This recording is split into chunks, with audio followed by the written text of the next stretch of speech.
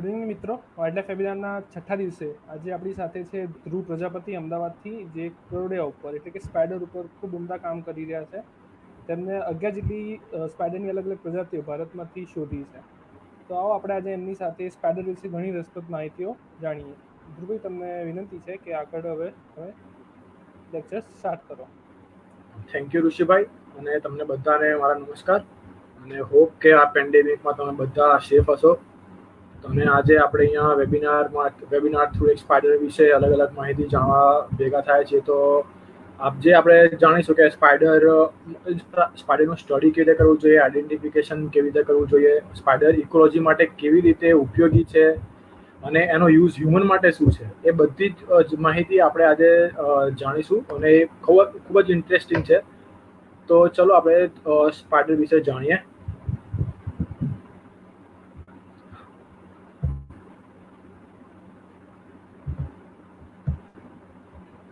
So an introduction to the world of spider. So સ્પાઈડરની જે interesting જે માહિતી છે હવે હું સ્ટાર્ટ કરું છું. સ્પાઈડર્સ, હુ આર ધે? સો બધાને આર્થ્રોપોડ્સ તો ખબર જ હશે. સો આર્થ્રોપોડ્સ ઇઝ મોસ્ટ સક્સેસફુલ એનિમલ્સ. તો એને મોસ્ટ સક્સેસફુલ કેમ કહેવામાં આવે છે? તમને બધાને કદાચ ખબર હશે કે આર્થ્રોપોડ્સ આખા વર્લ્ડમાં સૌથી વધારે જે ડાયવર્સિટી દેખવા મળે છે એ ખાલી આર્થ્રોપોડ્સ ક્રિએચર્સની હોય છે, જેમાં ઇન્સેક્ટ, સ્પાઈડર્સ, સ્કોર્પિયન્સ બધું જ આની અંદર આવી જાય છે. એટલે આર્થ્રોપોડ્સનું મિનિંગ કે આર્થ એટલે જે સ્ટીચ લેગ્સ હોય, કે જેના પગ સાંધાવાળા હોય, જેને આપણે ગુજરાતીમાં સંધિપાત સમુદાયમાં પણ કહેવામાં આવે છે. એની અંદર જેટલા બી એનિમલ્સ આવે છે, જેટલા બી ક્રિએચર્સ આવે છે, બધાને આર્થ્રોપોડ્સ કહેવામાં આવે છે. તો they are most successful animals. એટલે મોસ્ટ સક્સેસફુલ એનિમલ ખાલી એટલા માટે એમને નથી કહેવામાં આવતા કે આખા વર્લ્ડમાં સૌથી વધારે એમની પ્રજાતિઓ દેખવા મળે છે, પણ એ જ્યારે પૃથ્વીનો જન્મ થયો, પૃથ્વી પર જ્યારે જીવ વસવાટ શરૂ થયો, ત્યાંની શરૂઆતથી એટલે 100 મિલિયન યર્સ અગો, એટલે 100 મિલિયન યર પહેલાના એ પૃથ્વી પર જીવે છે. અને એના પછી 5 માસ એક્સટિંક્શન પણ આવી ગયા છે. માસ એક્સટિંક્શન એટલે શું કે ટોટલ જેટલી એ વખતે જેટલી બી પ્રજાતિઓ દેખવા મળતી તેમાં 75% એક્સટિંક્ટ થઈ જાય, એટલે એ પ્રજાતિઓનો કોઈ કારણોસર નાશ થઈ જાય છે. હવે એવી પરિસ્થિતિઓમાં બી આર્થ્રોપોડ્સ નામના જીવ જે એની અંદર જેટલા બી જીવ છે બધા અલગ અલગ પરિસ્થિતિઓમાં જીવી આવ્યા છે. અને અત્યારે બી એ સૌથી મોટી પ્રજાતિમાં એ લોકો અહીંયા અત્યારે આપણી વચ્ચે વસી રહ્યા છે. So that's why they are known as most successful animals of the world. And spiders are one of them. Spiders જેને કહેવાય આર્થ્રોપોડાનો એક ક્લાસ છે, જેને એરેક્નિડાની અંદરમાં કહેવામાં આવે છે. ઘણા બધા સ્ટુડન્ટ્સ હોય છે, ઘણા બધા લેમેન્સ બી હોય છે, એ લોકો સ્પાઈડર્સને એક ઇન્સેક્ટ તરીકે જ ગણતા હોય છે, પણ સ્પાઈડર એકચ્યુઅલીમાં એક કોઈ ઇન્સેક્ટ નથી. એ એનો અલગ ક્લાસ છે, એને કહેવાય છે ક્લાસ એરેક્નિડા. અને ઇન્સેક્ટનો અલગ ક્લાસ હોય છે જે કહેવાય છે ઇન્સેક્ટા. હવે એરેક્નિડા એટલે શું? એરેક્નિડાનો તમે લેટિનમાંથી તમે ઇંગ્લિશમાં કરો એટલે એરેકનું મિનિંગ શું થાય? 8, અને નિડા એટલે લેગ્સ, એટલે 8 પગ વાળા જેટલા બી ક્રિએચર્સ દેખવા મળે છે એ બધાને એરેક્નિડામાં કહેવામાં આવે. હવે 8 પગ વાળા એટલે પછી કોઈ કહે છે કે ઓક્ટોપસ, પણ ઓક્ટોપસ એ એરેક્નિડામાં ના આવે. ઓક્ટોપસ આખો અલગ થઈ જાય, એને મોલેસ્કોનમાં આવે છે. તો એરેક્નિડામાં એટલે અંદર પણ આવે કે સ્કોર્પિયન્સ, એ બધું આવે. એ બધું આપણે એના વિશે આગળ બી આપણે એના વિશે માહિતી મેળવીશું. સ્પાઈડર્સ એ બહુ મોસ્ટ અબન્ડન્ટ છે અને અલગ અલગ બધી જ જગ્યાએ દેખવા મળશે એક્સેપ્ટ એન્ટાર્કટિકા. એન્ટાર્કટિકામાં કોઈ જીવસૃષ્ટિ હજુ દેખવા મળી નથી, પણ એના ઉપર રિસર્ચ હજુ ચાલી રહ્યું છે. સો સ્પાઈડર્સ ખાલી એન્ટાર્કટિકા સિવાય દરેક ખંડમાં દેખવા મળે છે અત્યારે. ઇવન સ્પાઈડરના જેટલા બી હેબિટાટ છે દરેક હેબિટાટમાં દેખવા મળે છે. Even under water habitat, under water એક સ્પીસીસ સ્પાઈડરની એવી છે કે જે અંડર વોટર પણ પોતાનું જીવન આખું જીવન ગુજારે છે. પછી ગ્રાઉન્ડ સ્પાઈડર્સ બી છે, and underground caves. So caves means what, કે જેટલી બી ગુફા હોય, બ્રાઝિલમાં એક પ્રોજેક્ટ ચાલી રહ્યો છે કે ગુફાની અંદર જેટલા બી જીવ સૃષ્ટિ છે એના ઉપર એ લોકો સ્ટડી કરી રહ્યા છે. So recently so many species they have describe. તો એ સ્પીસીસમાં એવું છે કે જેટલી બી સ્પીસીસ એ લોકોને મળી જીવ સૃષ્ટિ, એમાંથી મોટા ભાગની આંખો નથી. કેમ? કારણ કે કેવની અંદર જાઓ એટલે ઓલરેડી અંધારું હોય, એટલે જો તમારી પાસે આંખો હશે તો બી આનો ઉપયોગ ત્યાં થવાનો છે નહીં. એટલે ત્યાં જેટલા બી સ્પાઈડર મળે છે, મોસ્ટલી સ્પાઈડર્સ આર ધ આઈલેસ સ્પાઈડર્સ, એટલે જેમ એ સ્પાઈડર્સને આંખો હોતી નથી, એ એનું સ્પેશિયલાઇઝેશન છે. તો અંડરગ્રાઉન્ડ કેવ્સમાં સ્પાઈડર્સના મોટા ભાગે સ્પાઈડર્સને આંખો નથી હોતી કદાચ. એન્ડ ટોપ માઉન્ટેન્સ, એટલે તમે જાણતા છો કે માઉન્ટેન્સમાં જેમ જેમ ઊંચાઈ પર જાઓ એમ અલગ પ્રકારની એનિમલ્સ દેખવા મળે છે. સ્પાઈડર્સમાં બી છે કે જેમ જેમ તમે હાઈટ ઉપર વધતા જશો એમ કંઈક યુનિક સ્પાઈડર્સ દેખવા મળશે. જે જમીનના તળિયે, જે સમુદ્રની સપાટી પર જે સ્પાઈડર્સ વસતા હોય છે એ સ્પાઈડર કરતાં ટોટલી અલગ સ્પીસીસ હોય છે. એવું જ છે એક જમ્પિંગ સ્પાઈડર છે જેનો કલેક્ટેડ એક રેકોર્ડ કે જે કલેક્ટ માઉન્ટ એવરેસ્ટ પર થયો છે 20,000 ફીટ. સો 20,000 ફીટ તમે વિચાર કરી શકો છો કે કોઈ બી નોર્મલ મેમલ્સ હોય તો એને બી ત્યાં સર્વાઈવ કરવું થોડુંક ભારે પડી જાય છે. તો અને એવામાં બી સ્પાઈડર ત્યાં સર્વાઈવ કરી રહ્યો છે 20,000 ફીટ ઉપર. એટલે સો that's why they are known as most successful animals. અને બલૂનિંગ સ્પાઈડર લિંક્સ છે એમને બી એરોપ્લેન્સની હાઈટ પર 5,000 ફીટ ઉપર એમને કલેક્ટ કરવામાં આવે છે. હવે બલૂનિંગ સ્પાઈડર લિંક્સ એટલે શું? એટલે સ્પાઈડરમાં તમે કદાચ ખબર હશે કે સ્પાઈડરમાં એક પ્રોસેસ છે જેમાં સ્પાઈડર એકબીજાને જ ખાઈ જાય છે. એટલે ધારો કે એટલે ખાઈ જાય એટલે એમાં શું થાય કે બચ્ચા જેવા જન્મ્યા તો બચ્ચાને ફટાફટ ડિસ્પર્સ થવું પડે, એક અલગ થવું પડે, નહીં તો એકબીજા એ લોકોને ખાઈ જાય. તો એની જે પ્રોસેસ ડિસ્પર્સનની પ્રોસેસ છે એને બલૂનિંગ પ્રોસેસ કહેવામાં આવે છે. એમાં શું થાય છે કે સ્પાઈડરનું જે ઝાડ ઉપર હોય એ કોઈ ટોચ ઉપર જઈને પછી એનો સિલ્ક જે બનાવે તાંતણો એ તાંતણાની મદદથી લટકે છે અને હવાની મદદથી પછી એક ઉડે છે. એટલે બલૂન જેમ ઉડતું હોય એવા પ્રકારની પ્રોસેસ ત્યાં જોવા મળે છે. That's why they are known as ballooning spiderlings. So આ એક ડિસ્પર્સલ પ્રોસેસ છે સ્પાઈડર્સ માટે. હવે ઘણા બધા રિસર્ચમાં બલૂનિંગ સ્પાઈડર્સ છે જ્યાંથી જે ઉડ્યા હોય ત્યાંથી 500 કિલોમીટર દૂર સુધી બી એમના સ્પાઈડર લિંક્સ મળેલા છે. તો એક ખાલી બલૂનિંગ પ્રોસેસથી ડિસ્પર્સ થઈને 500 કિલોમીટર દૂર સુધી પણ સ્પાઈડર્સ જઈ શકે છે. સો આ એક ઇન્ટરેસ્ટિંગ વસ્તુ છે. પછી ઇકોલોજીકલ રોલ ઓફ સ્પાઈડર્સ. તો સ્પાઈડર ઇકોલોજી માટે કેમ મદદરૂપ છે એ એક તમે ફોટોગ્રાફ્સમાં જોઈ શકશો કે એક સ્પાઈડર છે કેટરપિલરને ખાઈ રહ્યો છે. એવી જ રીતે ઘણા મોટા સ્પાઈડર્સ બી હોય છે કે જે ડાંગ્સના છે કે જે વેસ્ટર્ન ઘાટમાં રહેતા હોય એ લોકોને ત્યાં દેખતા છે કે મોટા મોટા જાયન્ટ વુડ સ્પાઈડર વેબ બનાવીને હોય છે, વેબ બનાવીને બેઠેલા હોય છે. હવે વેબ છે એમની એટલી મજબૂત હોય છે કે એમાં બેટ્સ બી ફસાઈ જાય છે, લિઝર્ડ બી ફસાઈ જાય છે. મેં મારા 5 વર્ષ મેં સ્ટડી કરેલી છે સ્પાઈડર ઉપર. એમાં 5 વર્ષ દરમિયાન મેં સ્કોર્પિયન બી દેખેલો છે. સ્પાઈડર સ્કોર્પિયનને ખાતા હોય છે, બેટ્સ, બર્ડ્સ, ફ્રોગ્સ, લિઝાર્ડ્સ એ બધું જ ખાતા જોવા મળે છે. એટલે સ્પાઈડર્સ ખાલી એવું નથી કે નાના નાના ઇન્સેક્ટ્સ બી ખાય, મોટા મોટા બી એનિમલ્સને બી એ લોકો ખાઈ શકે છે. જેમ કે આખા વર્લ્ડમાં સૌથી મોટો સ્પાઈડર છે એ ગોલિયાથ બર્ડ ઈટર છે. એને ઓસ્ટ્રેલિયામાં દેખવા મળે છે.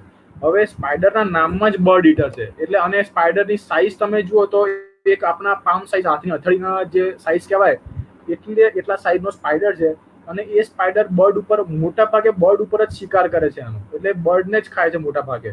તો આવા બી સ્પીસીસ આપણા વચ્ચે છે. અને સ્પાઈડરનો ખોરાક તરીકે ઉપયોગ ઘણા બધા પશુ પક્ષીઓ તો કરતા જ હોય છે. બીજા ઇન્સેક્ટ્સ બી જેમ છે કે વાસ્પ છે. વાસ્પમાં બી એક વાસ્પ એવી આવે છે કે જેને સ્પાઈડર વાસ્પ કહેવાય છે. હવે સ્પાઈડર છે એ વાસ્પ સ્પાઈડરને બાઇટ કરીને એને પેરાલાઇઝ કરી નાખે પછી એના ઉપર ખાતા હોય છે. તો એવી પણ વાસ્પ બી થોડા એવા ઇન્સેક્ટ્સ બી છે જે સ્પાઈડરને ખાતા હોય છે. પછી હવે મેં તમને જેમ કીધું કે એક સ્પાઈડર બીજા સ્પાઈડરને ખાઈ જાય and that is unique to spider. અને ઘણા બધા અલગ જીવોમાં બી હોય છે. પણ સ્પાઈડરમાં કેમ છે કારણ કે ઘણા બધા સ્પાઈડરમાં એવું હોય છે કે એક જ સ્પીસીસનો સ્પાઈડર હોય તો પણ અલગ અલગ સ્પીસીસનો સ્પાઈડર એકબીજાને જ ખાઈ જાય છે, જે પ્રોસેસને કેનિબાલિઝમ કહેવામાં આવે છે. હવે તમે ફોટોગ્રાફમાં જોઈ શકશો કે એક સ્પાઈડર છે કે જેને તમે કર્સર સામે જોશો તો એની ત્યાં સ્પિનર છે, બે પૂંછડી હોય એવા લાગે છે. એ ટો ટેલ સ્પાઈડર કહેવાય છે. તો એ સ્પાઈડર એક બીજા સ્પાઈડરને પણ ખાઈ રહ્યો છે. તો આ પ્રોસેસ જે છે એને કેનિબાલિઝમ કહેવામાં આવે છે. અને આ જ પ્રોસેસના લીધે સ્પાઈડર્સને પાળવા બહુ જ ટફ છે. હવે સ્પાઈડર્સને તમે 10-12 સ્પાઈડર્સ તમે ક્યાંથી પકડી લાવ્યા હો અને તમે એક જ કન્ટેનરની અંદર પાળવાના હો તો એ પોસિબલ નથી, કારણ કે એ એકબીજાને જ ખાઈ જશે. ભલે એક જ સ્પીસીસના હોય, મેલ ફિમેલ હોય કે બચ્ચા હોય, એકબીજાને જ ખાઈ જશે. સો એ પોસિબલ નહીં રહે કે તમે એક જ કન્ટેનરમાં 10-12 સ્પાઈડર્સને પાળી શકશો. પછી આવે છે how to differentiate spiders from insects. હવે તમને આ ફોટોગ્રાફ્સમાં જોતા હશો કે આ એક કીડી છે અને અહીંયા એક સ્પાઈડર છે.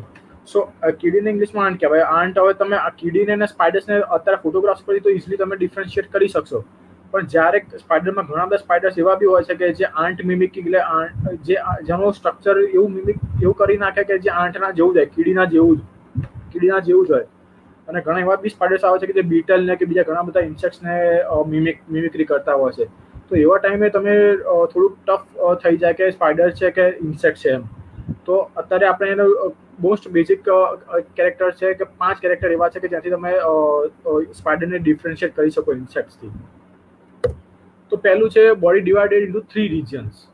સો તમે if you see the aunt, તો આંટમાં તમે ક્લિયરલી જોઈ શકશો કે તમે આ કર્સર પર ધ્યાન આપશો તો તમને દેખવા મળશે કે એનો જે પહેલો જે રીજન છે એ છે સિફેલિક રીજન કે જેનું માથું બી કહી શકાય. બીજો છે કે થોરેસિક રીજન કે જે એનો ધડનો ભાગ, ને પછી એબ્ડોમેન આવે. હવે સ્પાઈડરમાં શું છે કે એનો જે આ જે ઇન્સેક્ટ્સમાં જે એનો સિફેલિક રીજન અને થોરેસિક રીજન છે એ મર્જ થઈ ગયા છે, એટલે બંને ભેગા થઈ ગયા છે. એનું નામ છે સિફેલોથોરેક્સ રીજન. એટલે એમાં ખાલી 2 જ પાર્ટ દેખવા મળશે, સિફેલોથોરેક્સ રીજન અને એબ્ડોમેન. એટલે સ્પાઈડરમાં બોડી પાર્ટ 2 ભાગમાં ડિવાઈડ હોય છે અને ઇન્સેક્ટમાં 3 પાર્ટમાં. પછી આવે 3 pairs ઓફ લેગ્સ અને સ્પાઈડરમાં 4 pairs ઓફ લેગ. હવે તમે ઇન્સેક્ટ્સમાં દેખશો તો 1, 2 અને 3 જ પેર લેગ દેખવા મળે છે, એટલે ટોટલ 6 પગ. અને સ્પાઈડરમાં 1, 2, 3 અને 4 પગ હોય છે, એટલે ટોટલ 8 પગ. એ 8 પગ દેખવા મળે છે. અને પછી આવે છે એન્ટેના પ્રેઝન્ટ. હવે ઇન્સેક્ટ્સમાં એન્ટેના પ્રેઝન્ટ હોય છે, જેનાથી લોકો ઘણા કોમ્યુનિકેશનમાં બી એ મદદરૂપ હોય છે. હવે જ્યારે તમે સ્પાઈડરમાં દેખશો તો આ જે વસ્તુ છે એ એન્ટેના નથી, એ પેડીપાલ્પ છે. કોઈક સ્પાઈડર છે એને ખાવામાં પણ મદદરૂપ કરતા હોય છે, અને મેલ સ્પાઈડર હોય છે જેમાં રિપ્રોડક્ટિવ ઓર્ગન ત્યાં આગળ આવેલું હોય છે. એટલે આ એન્ટેના નથી, પણ એક પેડીપાલ્પ અલગ સ્ટ્રક્ચર છે. તો આ રીતે પણ તમે ડિફરન્શિએટ કરી શકો. પછી આવે છે સ્પિનરેટ એબ્સન્ટ અને સ્પિનરેટ પ્રેઝન્ટ. સ્પિનરેટ એટલે શું વસ્તુ છે કે જે સૌથી યુનિક કેરેક્ટર કહેવાય સ્પાઈડર માટે, કે સ્પાઈડર સિવાય બીજા કોઈ જ એનિમલમાં દેખવા ના મળે. એ સ્પિનરેટ છે. તમે અહીંયા દેખો કે અહીંયા કોનિકલ શેપ એક ટ્યુબ્યુલર શેપ જેવા એક ઓર્ગન છે, એ સ્પિનરેટ છે, જ્યાંથી એ એનું જાળું બનાવે છે, એનું સ્પિનરેટ બનાવે છે. ઘણી એવી ખોટી માન્યતા છે કે કરોડિયા એમના લાળમાંથી જાળું બનાવે છે. એ વસ્તુ ખોટી છે. હા, ઇન્સેક્ટ ઘણા બધા એવા હોય છે, મોસ્ટલી બધા જ ઇન્સેક્ટ એમની લાળમાંથી જ જાળું બનાવતા હોય છે, પણ એ કેસ કરોડિયામાં નથી. કરોડિયા માટે સ્પેશિયલ ઓર્ગન હોય છે, જ્યાં અલગ અલગ ગ્રંથિઓ આવેલી હોય છે, અને ગ્રંથિમાંથી સ્પાઈડર પોતાનું સિલ્ક બનાવે છે. So this is the difference in between insect અને સ્પાઈડર. હવે પછી લાસ્ટ પોઈન્ટ આવે છે કે એબ્ડોમેન સેગમેન્ટેડ. હવે ઇન્સેક્ટમાં તમે જોશો તેમનું એબ્ડોમેન જે આ છે એમાં 1, 2, 3 અને 4 પાર્ટમાં ડિવાઇડેડ થયેલું છે. પણ જ્યારે સ્પાઈડરમાં દેખો ત્યારે અહીંયા કોઈ જ સેગમેન્ટેશન દેખવા મળતું નથી, એટલે કોઈ ભાગમાં વિભાજન થયેલું હોય એવું દેખાતું નથી. એટલે આ એક ડિફરન્સ છે. પણ સ્પાઈડરમાં આખા વર્લ્ડમાં જેટલી સ્પીસીસ છે એમાંથી એક સ્પીસીસ એવી છે કે જે બહુ એકદમ ઓલ્ડ વર્લ્ડ સ્પાઈડર કહેવાય, કે જો ઘણા વર્ષો પહેલાથી હજુ બી જીવી રહ્યો છે. એવી એક જ સ્પીસીસ છે કે જેનું એબ્ડોમેન જે છે એ ડિવાઇડેડ થયેલું છે. તો એ ખાલી એક જ સ્પીસીસ છે, પણ એ સ્પીસીસ પણ ઇન્ડિયામાં દેખવા મળતી નથી. એટલે ઇન્ડિયામાં એવા એબ્ડોમેન સેગમેન્ટેડ હોય એવા એક સ્પાઈડર દેખાતા નથી. પછી આવે છે સ્પાઈડર એન્ડ ધ રિલેટિવ્સ. હવે મેં પહેલા જણાવ્યું કે સ્પાઈડર જે એરેક્નિડા જે ક્લાસ છે એમાં સ્પાઈડરની સાથે સાથે એના ઘણા બધા રિલેટિવ્સ બી છે કે જે એને લાગતા વળગતા હોય છે, પણ અને જે ઇન્સેક્ટ્સ નથી જે એરેક્નિડામાં આવે છે. તો આપણે એ જાણીએ. ચલો, હવે પહેલું છે સ્કોર્પિયન. સ્કોર્પિયન વિશે તમે તો જાણતા જ હશો, એટલે આ સ્કોર્પિયન છે. પછી આવે છે માઇટ્સ, એટલે કે આપણે જે જૂ હોય છે એ બધાને એ બધું માઇટ્સમાં આવે. અને આ રેડ વેલ્વેટ માઇટ છે. તમે દેખી શકતા હો કે અહીંયા સ્કોર્પિયનના બી ટોટલ 8 પગ છે, અહીંયા બી ટોટલ 8 પગો છે. પછી વીપ સ્કોર્પિયન. વીપ સ્કોર્પિયન એટલે એના નામમાં સ્કોર્પિયન છે, પણ તમે એની પૂંછડી જોશો તો ચાબુક જેવી હોય છે. ચાબુકને ઇંગ્લિશમાં બી એટલે વીપ સ્કોર્પિયન કહેવામાં આવે છે. બાકી બધું સ્ટ્રક્ચર સ્કોર્પિયન જેવું વીચ જેવું જ હોય છે. પછી હવે સોલિડ સ્પૂચ અને કેમલ સ્પાઈડર. એના નામમાં કોમન નામમાં કેમલ સ્પાઈડર છે, પણ એકચ્યુઅલી એ સ્પાઈડર નથી. સ્પાઈડરમાં મેઇન બેઝિક સૌથી એકદમ યુનિક કેરેક્ટર શું હતું કે સ્પિનરેટ. સ્પિનરેટ એટલે જ્યાંથી એ જાળું બનાવે એ ઓર્ગન આમાં દેખવા મળતું નથી. તમે અહીંયા જોઈ શકો કર્સર ઉપર કે ત્યાં એવું કોઈ સ્પેશિયલાઇઝ્ડ ઓર્ગન છે નહીં, એટલે એ સ્પાઈડર નથી. અને અલગ પ્રકારનું એક બીજું ક્રિએચર છે જેને સોલિફ્યુજની અંદર નાખવામાં આવ્યું છે. અને આ મોસ્ટલી સેમી એરિડ અને એરિડ રિજનમાં દેખવા મળે છે. પછી આવે છે સુડો સ્કોર્પિયન્સ. બસ આ બી આના નામમાં બી સ્કોર્પિયન છે, પણ આગળ સુડો બી છે. સુડો એટલે શું કે એના જેવું પણ એ ખુદ નહીં. એટલે સ્કોર્પિયન ખરા, પણ જે સાચો સ્કોર્પિયન છે એવું નહીં, એના જેવો બીજો એટલે સુડો. પણ તમે અહીંયા જો બધું સ્ટ્રક્ચર એનું સ્કોર્પિયન જેવું જ છે, પણ એનામાં પૂંછડી નથી, એટલે એ સ્કોર્પિયન નથી, પણ એ સુડો સ્કોર્પિયન છે. હવે આ જે સુડો સ્કોર્પિયન છે, આપણે ઘરમાં જે નાની નાની કીડીઓ આંટ્સ દેખવા મળતી એના પણ ઘણા નાના હોય છે. અને મોસ્ટલી જે ખરાબ પક્ષીઓના માળા હોય ત્યાં પછી ડેબ્રિસ હોય, ઝાડની છાલોમાં આ દેખવા મળતા હોય છે. પછી આવે છે રેસિડ્યુઅલી હુડેડ પિગ સ્પાઈડર્સ. હવે એકદમ સ્પાઈડર્સ ઘણા મળેલા હોય છે, પણ આમાં બી સ્પિનર્સ દેખવા મળતા નથી, એટલે આ બી સ્પાઈડર્સ નથી. અને પછી આવે છે હાર્વેસ્ટમેન્ટ્સ. આ તમે જે ડાંગ સાઉથ ગુજરાતમાં રહેતા હશે તેમને ઘણા બધા આવા દેખવા મળતા હશે, અને ઘણા બધા સ્ટુડન્ટ્સ મને ફોટોગ્રાફ્સ મોકલતા હોય છે કે આ કયો સ્પાઈડર છે, પણ એકચ્યુઅલી આ સ્પાઈડર્સ નથી. આ હાર્વેસ્ટમેન છે, એનો ઓર્ડર ઓપિલિયન્સમાં હોય છે. આનો તમે પગ ને બધા મોસ્ટલી સ્ટ્રક્ચર એના સ્પાઈડર જેવા હોય છે, પણ એના બી સ્પિનરેટ્સ દેખવા મળતું હોતું નથી. પણ તમે ઓબ્ઝર્વેશન માઇક્રોસ્કોપની અંદરમાં કરો તો તમે ઇઝીલી ખબર પડી જશે કે આ સ્પાઈડર્સ નથી. હવે બીજું આ વસ્તુ સ્પાઈડર અને એને ઓર્ડર એરેનિની અંદરમાં નાખવામાં આવે છે. હવે તમે આ સ્પાઈડર્સ આ ફોટોગ્રાફ અને આ ફોટોગ્રાફમાં મેચ કરો તો મોસ્ટલી પગ ને બધું જ સરખું છે. બસ ખાલી મેઇન ડિફરન્સ શું છે, અત્યારે તમે અહીંયાથી દેખશો કે કોનિકલ ટ્યુબ્યુલર છે એક સ્ટ્રક્ચર દેખવા મળે છે કર્સર આગળ. એ સ્પિનર છે જ્યાંથી સ્પાઈડર સિલ્ક સ્પિન કરે છે. એ વસ્તુ અહીંયા હાર્વેસ્ટમેન્ટમાં એબ્સન્ટ હોય છે. Connective link. હવે કનેક્ટિવ લિંક એટલે શું કે જ્યારે બે કોઈ ક્રિએચર છે, એટલે ધારો કે ઉદાહરણ તરીકે તમે લઈ લો કે એક કોઈક પક્ષી છે અને એક કોઈક સસ્તન વર્ગનું પ્રાણી છે, વાઘ લઈ લો. હવે એના વચ્ચેનું એક ત્રીજું એનિમલ છે કે જેનામાં પક્ષીઓના પણ થોડાક કેરેક્ટર છે અને એનામાં વાઘના પણ થોડાક કેરેક્ટર છે. એને છે ને પક્ષીની અને વાઘની કનેક્ટિવ લિંક કહેવામાં આવે. એવું જ આ કનેક્ટિવ લિંક અહીંયા બી સ્પાઇડર્સ માટે પણ દેખવા મળ્યું છે કે 1889માં મ્યાનમારમાંથી એક ફોસિલ મળ્યું. એક જે પથ્થરની અંદર એક જીવ હતો, એક પથ્થરની અંદર હતો અને એ પછી પેલેન્ટોબાયોલોજીસ્ટ કહેવાય, એ લોકોને રિસર્ચ માટે મોકલાયો અને એ લોકોએ જોયું કે એના 4 પગ છે, એટલે કે એરેક્નિડાની અંદર છે. પછી એને મોટી પૂંછડી બી છે, જે વીપ સ્કોર્પિયનમાં દેખવા મળતી હતી. હવે આ જે ફોસિલ છે એનું એ લોકોએ એક ડ્રોઈંગ બનાવ્યું છે કે જે એના જેવું દેખાતું હશે એવી રીતે એમને બનાવ્યું છે. તો તમે અહીંયા દેખી શકશો તો બધા સ્ટ્રક્ચર સ્પાઈડર અને સ્કોર્પિયન જેવા છે, પણ અહીંયા જે લાંબી પૂંછડી દેખવા મળે છે એ સ્પાઈડર્સમાં એકેય સ્પાઈડર્સમાં દેખવા મળતી નથી. આવું સ્કોર્પિયન્સમાં દેખવા મળે છે, પણ સ્કોર્પિયન્સમાં અહીંયા સ્પિનરેટ્સ બી છે, એ સ્પિનરેટ્સ સ્કોર્પિયનમાં દેખવા મળતા નથી. એટલે આને એ લોકોએ કનેક્ટિવ લિંક તરીકે ડિસ્ક્રાઇબ કરી છે. આ સ્પેસિમેન મળ્યું હતું 1989માં, પણ ડિસ્ક્રાઇબ થયું છે હજુ રિસન્ટલી, કદાચ 2012ની આસપાસ ડિસ્ક્રાઇબ થયું છે. મ્યાનમારમાંથી મળ્યું છે અને એક કાર્મેરેકને યુંગી તરીકે એને ડિસ્ક્રાઇબ કરવામાં આવ્યું છે. પણ આ જેટલી બી સ્પીસીસ છે આ કાર્મેરેકની અંદર, એ બધી જ અત્યારે એક્સટિંક્ટ થઈ ચૂકી છે. અત્યારે હાલમાં એક સ્પીસીસ જોવા મળતી નથી. એટલે આને ખાલી ફોસિલ અવેલેબલ છે અત્યારે આપણી પાસે. ટેક્સોનોમિક પોઝિશન ઓફ સ્પાઈડર, એટલે આર્થ્રોપોડા અને એરેક્નિડા તો આપણે જોઈ લીધું કે આર્થ્રોપોડા એક જે સાંધાવાળા પગવાળા જેટલા બી જીવો છે એની અંદરમાં સ્પાઈડર્સ આવે છે, એટલે કે 8 પગવાળા જીવો, અને એમાં બી સ્પાઈડર્સ. હવે સ્પાઈડર્સને 2 સબ ઓર્ડરમાં ડિવાઈડ કરવામાં આવે છે કે મિઝોથેલી અને ઓપિસ્ટોથેલી. આપણે ઓલરેડી આગળ જોયું કે એક સ્પાઈડર્સની સ્પીસીસ છે આખા વર્લ્ડમાં કે જેનો એબ્ડોમેન ડિવાઈડેડ થયેલા છે, એ મિઝોથેલીમાં આવે છે, જેવી એક જ સ્પીસીસ છે. બાકી જેટલી બી સ્પીસીસ છે આપણા ઇન્ડિયામાં, જેટલી બી સ્પીસીસ જોવા મળે છે બધી જ ઓપિસ્ટોથેલીમાં આવે છે, જેના એબ્ડોમેન ડિવાઈડ થયેલા નથી. અને ઓપિસ્ટોથેલી બી ઇન્ફ્રાઓર્ડર 2 છે કે જેમાં એરેનિયોમોર્ફ અને મેગલમોર્ફ કહેવામાં આવે છે. હવે માઇગલમોર્ફ એટલે કેવું કે થોડીક મોટી સાઈઝના સ્પાઈડર હોય, થોડા નાના પણ જોવા મળે છે. પણ આ જે આપણે ટેરેન્ટ્યુલાસ કહીએ છીએ, એ ટેરેન્ટ્યુલાસ બધા જ માઇગલમોર્ફમાં આવે. અને બાકીના જેટલા બી એરેનિયોમોર્ફ છે, ઝીણા સ્પાઈડર છે, આપણા ઘરમાં દેખવા મળે છે, આપણી આસપાસ દેખવા મળે છે, એ બધા જ એરેનિયોમોર્ફમાં આવે. How many spiders are there? So till date 48,042 species of spiders in the world. એટલે 48,422 સ્પીસીસ આખા વર્લ્ડમાં અત્યારે આજની તારીખમાં દેખવા મળે છે. હવે ઘણા સાયન્ટિસ્ટો એવું કહી રહ્યા છે કે આ જેટલી સ્પીસીસ છે એ હજુ જે રિયલ સ્પીસીસ છે જે હજુ એક્ઝિસ્ટ છે અને આપણે ઓળખી નથી શક્યા, એની અડધા કરતાં બી ઓછી છે. એટલે હજુ ઘણી બધી સ્પીસીસ શોધવાની બાકી છે. અને તમે જ્યારે ઇન્ડિયાનો આંકડો જો તો યુ વિલ સી કે 1689 એટલે 1686 સ્પીસીસ જ ઇન્ડિયામાં દેખવા મળે છે. કે એટલે હજુ આપણે રિસર્ચ હજુ જસ્ટ સ્ટાર્ટ જ કર્યું છે. આના વિશે હજુ સ્પાઈડર્સ વિશે ઘણું બધું જાણવાનું બાકી છે. આપણે હજુ કશું જાણી નથી શક્યા. મીન્સ બીજી કન્ટ્રીઝનો તમે જોવા જાઓ, કોઈ જે જર્મની છે, અમેરિકા છે, બધામાં લોકો સારા એવા રિસર્ચ કરી રહ્યા છે સ્પાઈડર ઉપર, અને એ લોકોને ખબર છે કે કઈ સ્પાઈડરની સ્પીસીસ છે કે જેને કન્ઝર્વ કરવી જરૂર છે, જેને બચાવવી જરૂર છે, કે જે અત્યારે બહુ ઓછા પ્રમાણમાં દેખવા મળે છે.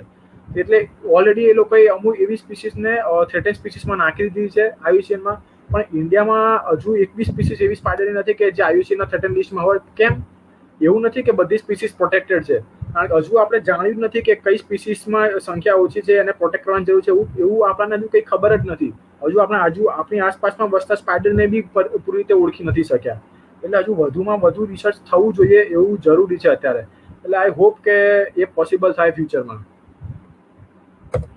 પછી આવે છે મોર્ફોલોજી ઓફ સ્પાઈડર્સ. હવે સ્પાઈડરમાં જ્યારે આઈડેન્ટિફિકેશનની વાત આવે ત્યારે એની મોર્ફોલોજી એક બહુ જ ઇમ્પોર્ટન્ટ વસ્તુ છે. તો એના વિશે આપણે એકદમ બ્રીફમાં જાણી લઈશું કે ડોર્સલ વ્યૂ એટલે જ્યારે સ્પાઈડર સીધો હોય, એનો જે સપાટી હોય આગળની ઉપરની સપાટી, એને ડોર્સલ વ્યૂ કહેવામાં આવે છે.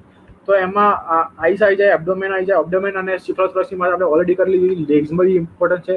હવે એબ્ડોમેન, હવે એના સિફેલોથોરેક્સ અને એબ્ડોમેનને જે જોડે છે એ વસ્તુને પેડિસલ કહેવામાં આવે છે. પછી આવે છે વેન્ટ્રલ વ્યૂ. હવે વેન્ટ્રલ વ્યૂમાં બી આ તમે જે અહીંયા પેડિપાલ છે, મેક્ઝિલા છે, લેબિયમ છે, આ જેટલા બી કેરેક્ટર છે, જ્યારે શિકાર પકડે સ્પાઈડર ત્યારે એને ચાવવામાં મદદરૂપ થાય છે. અને બાકીનું આ તમે અહીંયા એપિગાઇન દેખો. હવે એપિગાઇન એ ફિમેલનો રિપ્રોડક્ટિવ ઓર્ગન છે. આ સ્પાઈડર ફિમેલ છે અને એપિગાઇન ફિમેલનો રિપ્રોડક્ટિવ ઓર્ગન અહીંયા આવે. અને પછી જે સ્પાઈડરનું જે મેઇન યુનિક કેરેક્ટર કહેવાય કે સ્પિનરેટ્સ, કે જેનું ઓર્ગન કહેવાય જ્યાંથી એ સિલ્ક સ્પિન કરે છે, જાળા બનાવે છે, એને સ્પિનરેટ્સ કહેવામાં આવે છે. Eyes and its arrangement. હવે સ્પાઈડરમાં તમે સાંભળ્યું હશે કે સ્પાઈડરની હવે આઈ પેટર્ન, દરેક સ્પાઈડરની આઈ પેટર્ન અલગ અલગ હોય છે, મીન્સ ફેમિલીની એની ફેમિલીની સ્પાઈડરની આઈ પેટર્ન અલગ અલગ હોય છે. હવે ખાલી તમે એની આઈ પેટર્ન ઉપર ઓબ્ઝર્વ કરો તો તમે ઘણા સ્પાઈડરને ખાલી એની આઈ પેટર્નથી જ એની ફેમિલી આઈડેન્ટિફાઈ કરી શકો, કે જેમ કે અહીંયા સેલ્ટિસિડી છે. હવે સેલ્ટિસિડીનું કોમન નામ છે જમ્પિંગ સ્પાઈડર્સ. હવે એને મોસ્ટલી બધા સ્પાઈડરને 8 આંખો હોય, એટલે જેટલા બી આપણી આજુબાજુમાં જેટલા સ્પાઈડર દેખવા મળે છે એમાં મેજોરિટી ઓફ સ્પાઈડર્સને 8 આંખો હોય. 8 આંખો હોય, 6 આંખો હોય, 4 હોય, 2 હોય, અને આપણે જાણ્યું કે કેવું સ્પાઈડર હોય એમાં કદાચ આંખ ના બી હોય, એટલે એવું બી છે. અને પછી હવે આ જે સેલ્ટિસિડીમાં તમે દેખો કે જે પહેલી રો છે આંખની 1 2 3 4 અને બીજી 2 અહીંયા છે, 1 2 અને બીજી 2 અહીંયા છે, એટલે ટોટલ 8 આંખો થઈ ગઈ. પહેલી રોમાં આની વચ્ચેની 2 આંખો જે સૌથી મોટી છે, એટલે તમે આ આઈ પેટર્ન દેખો તો આ ખાલી તમે ઇઝીલી તમે આઈડેન્ટિફાઈ કરી શકો કે આ સેલ્ટિસિડી ફેમિલી છે, જમ્પિંગ સ્પાઈડર છે. એવું તમે બુલ સ્પાઈડરમાં જોઈ શકો કે 2 મોટી આંખો અને એની નીચે 4 આંખો, એની બીજી 2 આંખો બી હોય, એ પાછળ હોય અહીંયા. આ લાઇકોસિડી એટલે વૂલ સ્પાઈડર કહેવામાં આવે છે. એ બી આપણી ઘરની આસપાસ ઘણા કોમન હોય છે, તો તમે જ્યાં ઘરમાં કદાચ તમને મળે તો આવી રીતે તમે નજીકથી ફોટોગ્રાફ પાડીને તમે ઓબ્ઝર્વ કરી શકો છો. પછી આવે છે ફેમિલી સ્પારાસીડે, હન્ટ્સમેન સ્પાઈડર કહેવામાં આવે છે. તમે એની આ આઈ પેટર્ન તમે દેખો છો, આ બી એક યુનિક છે આ ફેમિલી માટે. પછી આવે છે ક્રેપ સ્પાઈડર્સ, એટલે જે થોમિસિડી કહેવાય છે. અને પછી આવે છે ઓક્સિયોપેડી, જેનું કોમન નામ છે લિંક સ્પાઈડર્સ. હવે લિંક સ્પાઈડરની તમે એક યુનિક એની આઈ પેટર્ન જુઓ કે તમે ષટકોણ આકારમાં આઈ પેટર્ન દેખવા મળે કે આ 2, પછી તમે કર્સર પર દેખશો તો ષટકોણ આખો આકાર બનશે આમ કરીને. એક ષટકોણ આકારમાં 6 આંખો અને એની નીચે બીજી નાની ઝીણી 2 આંખો, એટલે ટોટલ 8 આંખો થઈ ગઈ. ષટકોણ શેપની આંખો દેખવા મળે એટલે તમે ઇઝીલી તમે આઈડેન્ટિફાઈ કરી શકો કે આ ફેમિલી ઓક્સિયોપેડી છે કે લિંક સ્પાઈડર છે. એવું જ આવે કે આ ડિનોપેડી ફેમિલી. હવે ડિનોપેડી ફેમિલીમાં તમે દેખો કે આ 2 મોટી મોટી આંખો દેખવા મળે છે. હવે મોટી મોટી આંખો તમે આ પહેલા ફોટોગ્રાફ જોડે સરખાવશો તો એમાં કેવું હતું કે જે પહેલી રો હતી એમાં વચ્ચેની 2 આંખો સૌથી મોટી હતી, અને આ ડિનોપેડીમાં આખું ઉલટું છે કે જેની વચ્ચેની 2 આંખો છે એકદમ ઝીણી છે, પણ એની સાઈડની 2 આંખો છે બહુ મોટી છે. તો તમે આવા કેરેક્ટર્સ ધ્યાનમાં રાખો તો આવા ખાલી આંખોથી જોઈને તમને ઇઝીલી તમને દેખવા મળી જાય કે આ ફેમિલીનો સ્પાઈડર છે. પછી હવે મોર્ફોલોજી ઓફ એગ્સ. હવે લેગ્સમાં બી ઘણા બધા ટોટલ 7 સેગમેન્ટમાં હોય છે. આ 1 2 3 4 5 ને 6, અને જે 7મો સેગમેન્ટ છે એ સ્પાઈડર્સની બોડી જોડે અટેચ હોય છે, જેને પ્રોક્ઝા કહેવામાં આવે છે. હવે એના પગ ઉપર તમે જુઓ ઘણા બધા હેર્સ છે, સ્પાઇન્સ છે, તો આ બધા ઘણી બધી એમને સેન્સરી ઓર્ગન તરીકે બી કામમાં આવે છે. જ્યારે વાઇબ્રેશન આવે વેબ ઉપર, જ્યારે ઝાડામાં બેઠો અને વાઇબ્રેશન આવે કે તો એ બધું એ ત્યારે આ સેન્સેશન એ છે જે આ હેર્સથી ને સ્પાઇન્સથી એ કલેક્ટ કરતા હોય છે. ઘણા બધા સ્પાઈડર્સ એવા બી છે, જેમ કે આપણે લિંક સ્પાઈડરની વાત કરીએ આગળ, એના પગમાં એટલા મોટા મોટા કાંટા હોય છે કે જે ખાલી ફૂલ ઉપર બેસી રહે અને પછી જેવી કોઈ ઇન્સેક્ટ આવે ખાલી એના કાંટાની મદદથી જ એનું ખોરાક પકડી લેતો હોય છે. અને પછી જે એનો એન્ડ સેગમેન્ટ આવે પગનો, ત્યાં આગળ ક્લો હોય છે. ક્લો એટલે આપણે જે કહેવાય ને ક્લો, એ ક્લોનો અહીંયા ઇલેક્ટ્રોનિક ફોટોગ્રાફ આપેલો હોય છે. હવે એના બી માઇક્રોસ્કોપિક તમે જુઓ તો એ ક્લોની અંદર બી કાંસકાની જેમ ઝીણા બીજા સ્પાઇન્સ જેવું સ્ટ્રક્ચર આવેલું હોય છે, જેની મદદથી એ પોતાના જાળામાં ચાલી શકે છે. બાકી એને જો એના પગથી ઉપર અહીંયા બીજા બધા કોઈ સેગમેન્ટથી ચાલે તો તરત એના જ જાળામાં ફસાઈ જવાનું. એ વસ્તુ ના થાય એના માટે પોતાના જાળામાં પોતાના ક્લોની મદદથી ચાલી શકે છે. તમે અહીંયા ફોટોગ્રાફ્સમાં ઇઝીલી ઓબ્ઝર્વ કરી શકો છો. પછી આવે છે સ્પિનરેસ, એકદમ યુનિક ઓર્ગન સ્પાઈડરનું સિલ્ક સ્પિનિંગ ઓર્ગન. હવે તમે અહીંયા દેખો છો કે આ ટોટલ અમુક સ્પાઈડર્સને અલગ અલગ ડિવિઝનમાં સ્પિનરેટ્સનું ડિવાઈડ કરેલા છે. એન્ટિરિયર સ્પિનરેટ્સ હોય છે, પછી પોસ્ટિરિયર લેટરલ સ્પિનરેટ્સ હોય છે, એન્ટિરિયર લેટરલ સ્પિનરેટ્સ હોય છે. હવે એનો ઇલેક્ટ્રિક ફોટોગ્રાફ અહીંયા આપેલો છે બાજુમાં, તમે જ્યાં સ્પીગોટ્સ છે. હવે ત્યાં જે યલો કલરના જેટલા બી તમને વસ્તુ દેખવા મળે છે એ ગ્લેન્ડ છે, સ્પીગોટ ગ્લેન્ડ. હવે એમાંથી ઝીણા સિંગલ તાંતણા તમે એક સ્પાઈડરના દેખી શકો છો બ્લુ કલર, અને આગળથી એક મોટા તાંતણા જોડે ફેલાય છે. એટલે આ વસ્તુ તમે જે બહાર આવે છે એકદમ જોડાઈને આવે છે અલગ અલગ સ્પીગોટ્સથી. એટલે આ મોટો જ્યારે, અને બીજું એક ઇન્ટરેસ્ટિંગ વસ્તુ કે જ્યારે સ્પાઈડર જેનું જાળું બનાવે છે ત્યારે તે બહાર નીકળે છે ત્યારે પ્રવાહી સ્વરૂપમાં હોય છે, અને પછી જો વાતાવરણમાં આવે છે અલગ અલગ ગેસ જોડે એનું કેમિકલ ઇન્ટરેક્શન થાય છે, પછી એ ઘન સ્વરૂપમાં ફેરવાય છે. એટલે એની ઇલાસ્ટિસિટી પણ વધારે હોય છે. હવે ઘણા બધા સ્પાઈડર્સ એવા હોય છે કે એની ફેમિલી એવી હોય છે સ્પાઈડર્સ કે જેમ કે આ ગ્નેફોસિડી ફેમિલીનો સ્પાઈડર છે, અને એના સ્પિનરેટ દેખો કે તમે છે ને આમ કોન શેપ સ્પિનરેટ તમને દેખવા મળે છે. આવા સ્પિનર્સ ખાલી આ ફેમિલીમાં જ દેખવા મળે છે. એટલે સ્પિનરેટ્સનું બી સ્ટ્રક્ચર તમે ઓબ્ઝર્વ કરીને ઇઝીલી તમે કહી શકો કે આ કઈ ફેમિલીનો સ્પાઈડર છે. એવું જ અહીંયા માઇગલ મોથ. આપણે પેલી ઇન્ફ્રાઓર્ડરની વાત કરી કે માઇગ્રેમોર્ફ, એવા માઇગ્રેમોર્ફમાં બી આવા લાંબા લાંબા સ્પિનર્સ દેખવા મળે છે. અને પછી આ પ્રોડિડોમિડી, એટલે એક જીનસ છે પ્રોડિડોમસ. આ પ્રોડિડોમિડી ફેમિલી અત્યારે નેફોસિડી ફેમિલીમાં જતી રહેલી છે, પણ પ્રોડિડોમિડી ફેમિલીમાં જે જીનસ છે પ્રોડિડોમસ આ એનું એક છે. અને તમે એનું સ્પિનર રેસ વચ્ચે તો બહુ બધી ગેપ છે, તો તમે ઘણા જીનસ બી ખાલી સ્પાઈડરના સ્પિનર જોઈને ઓબ્ઝર્વ કરી શકતા હોવો છો.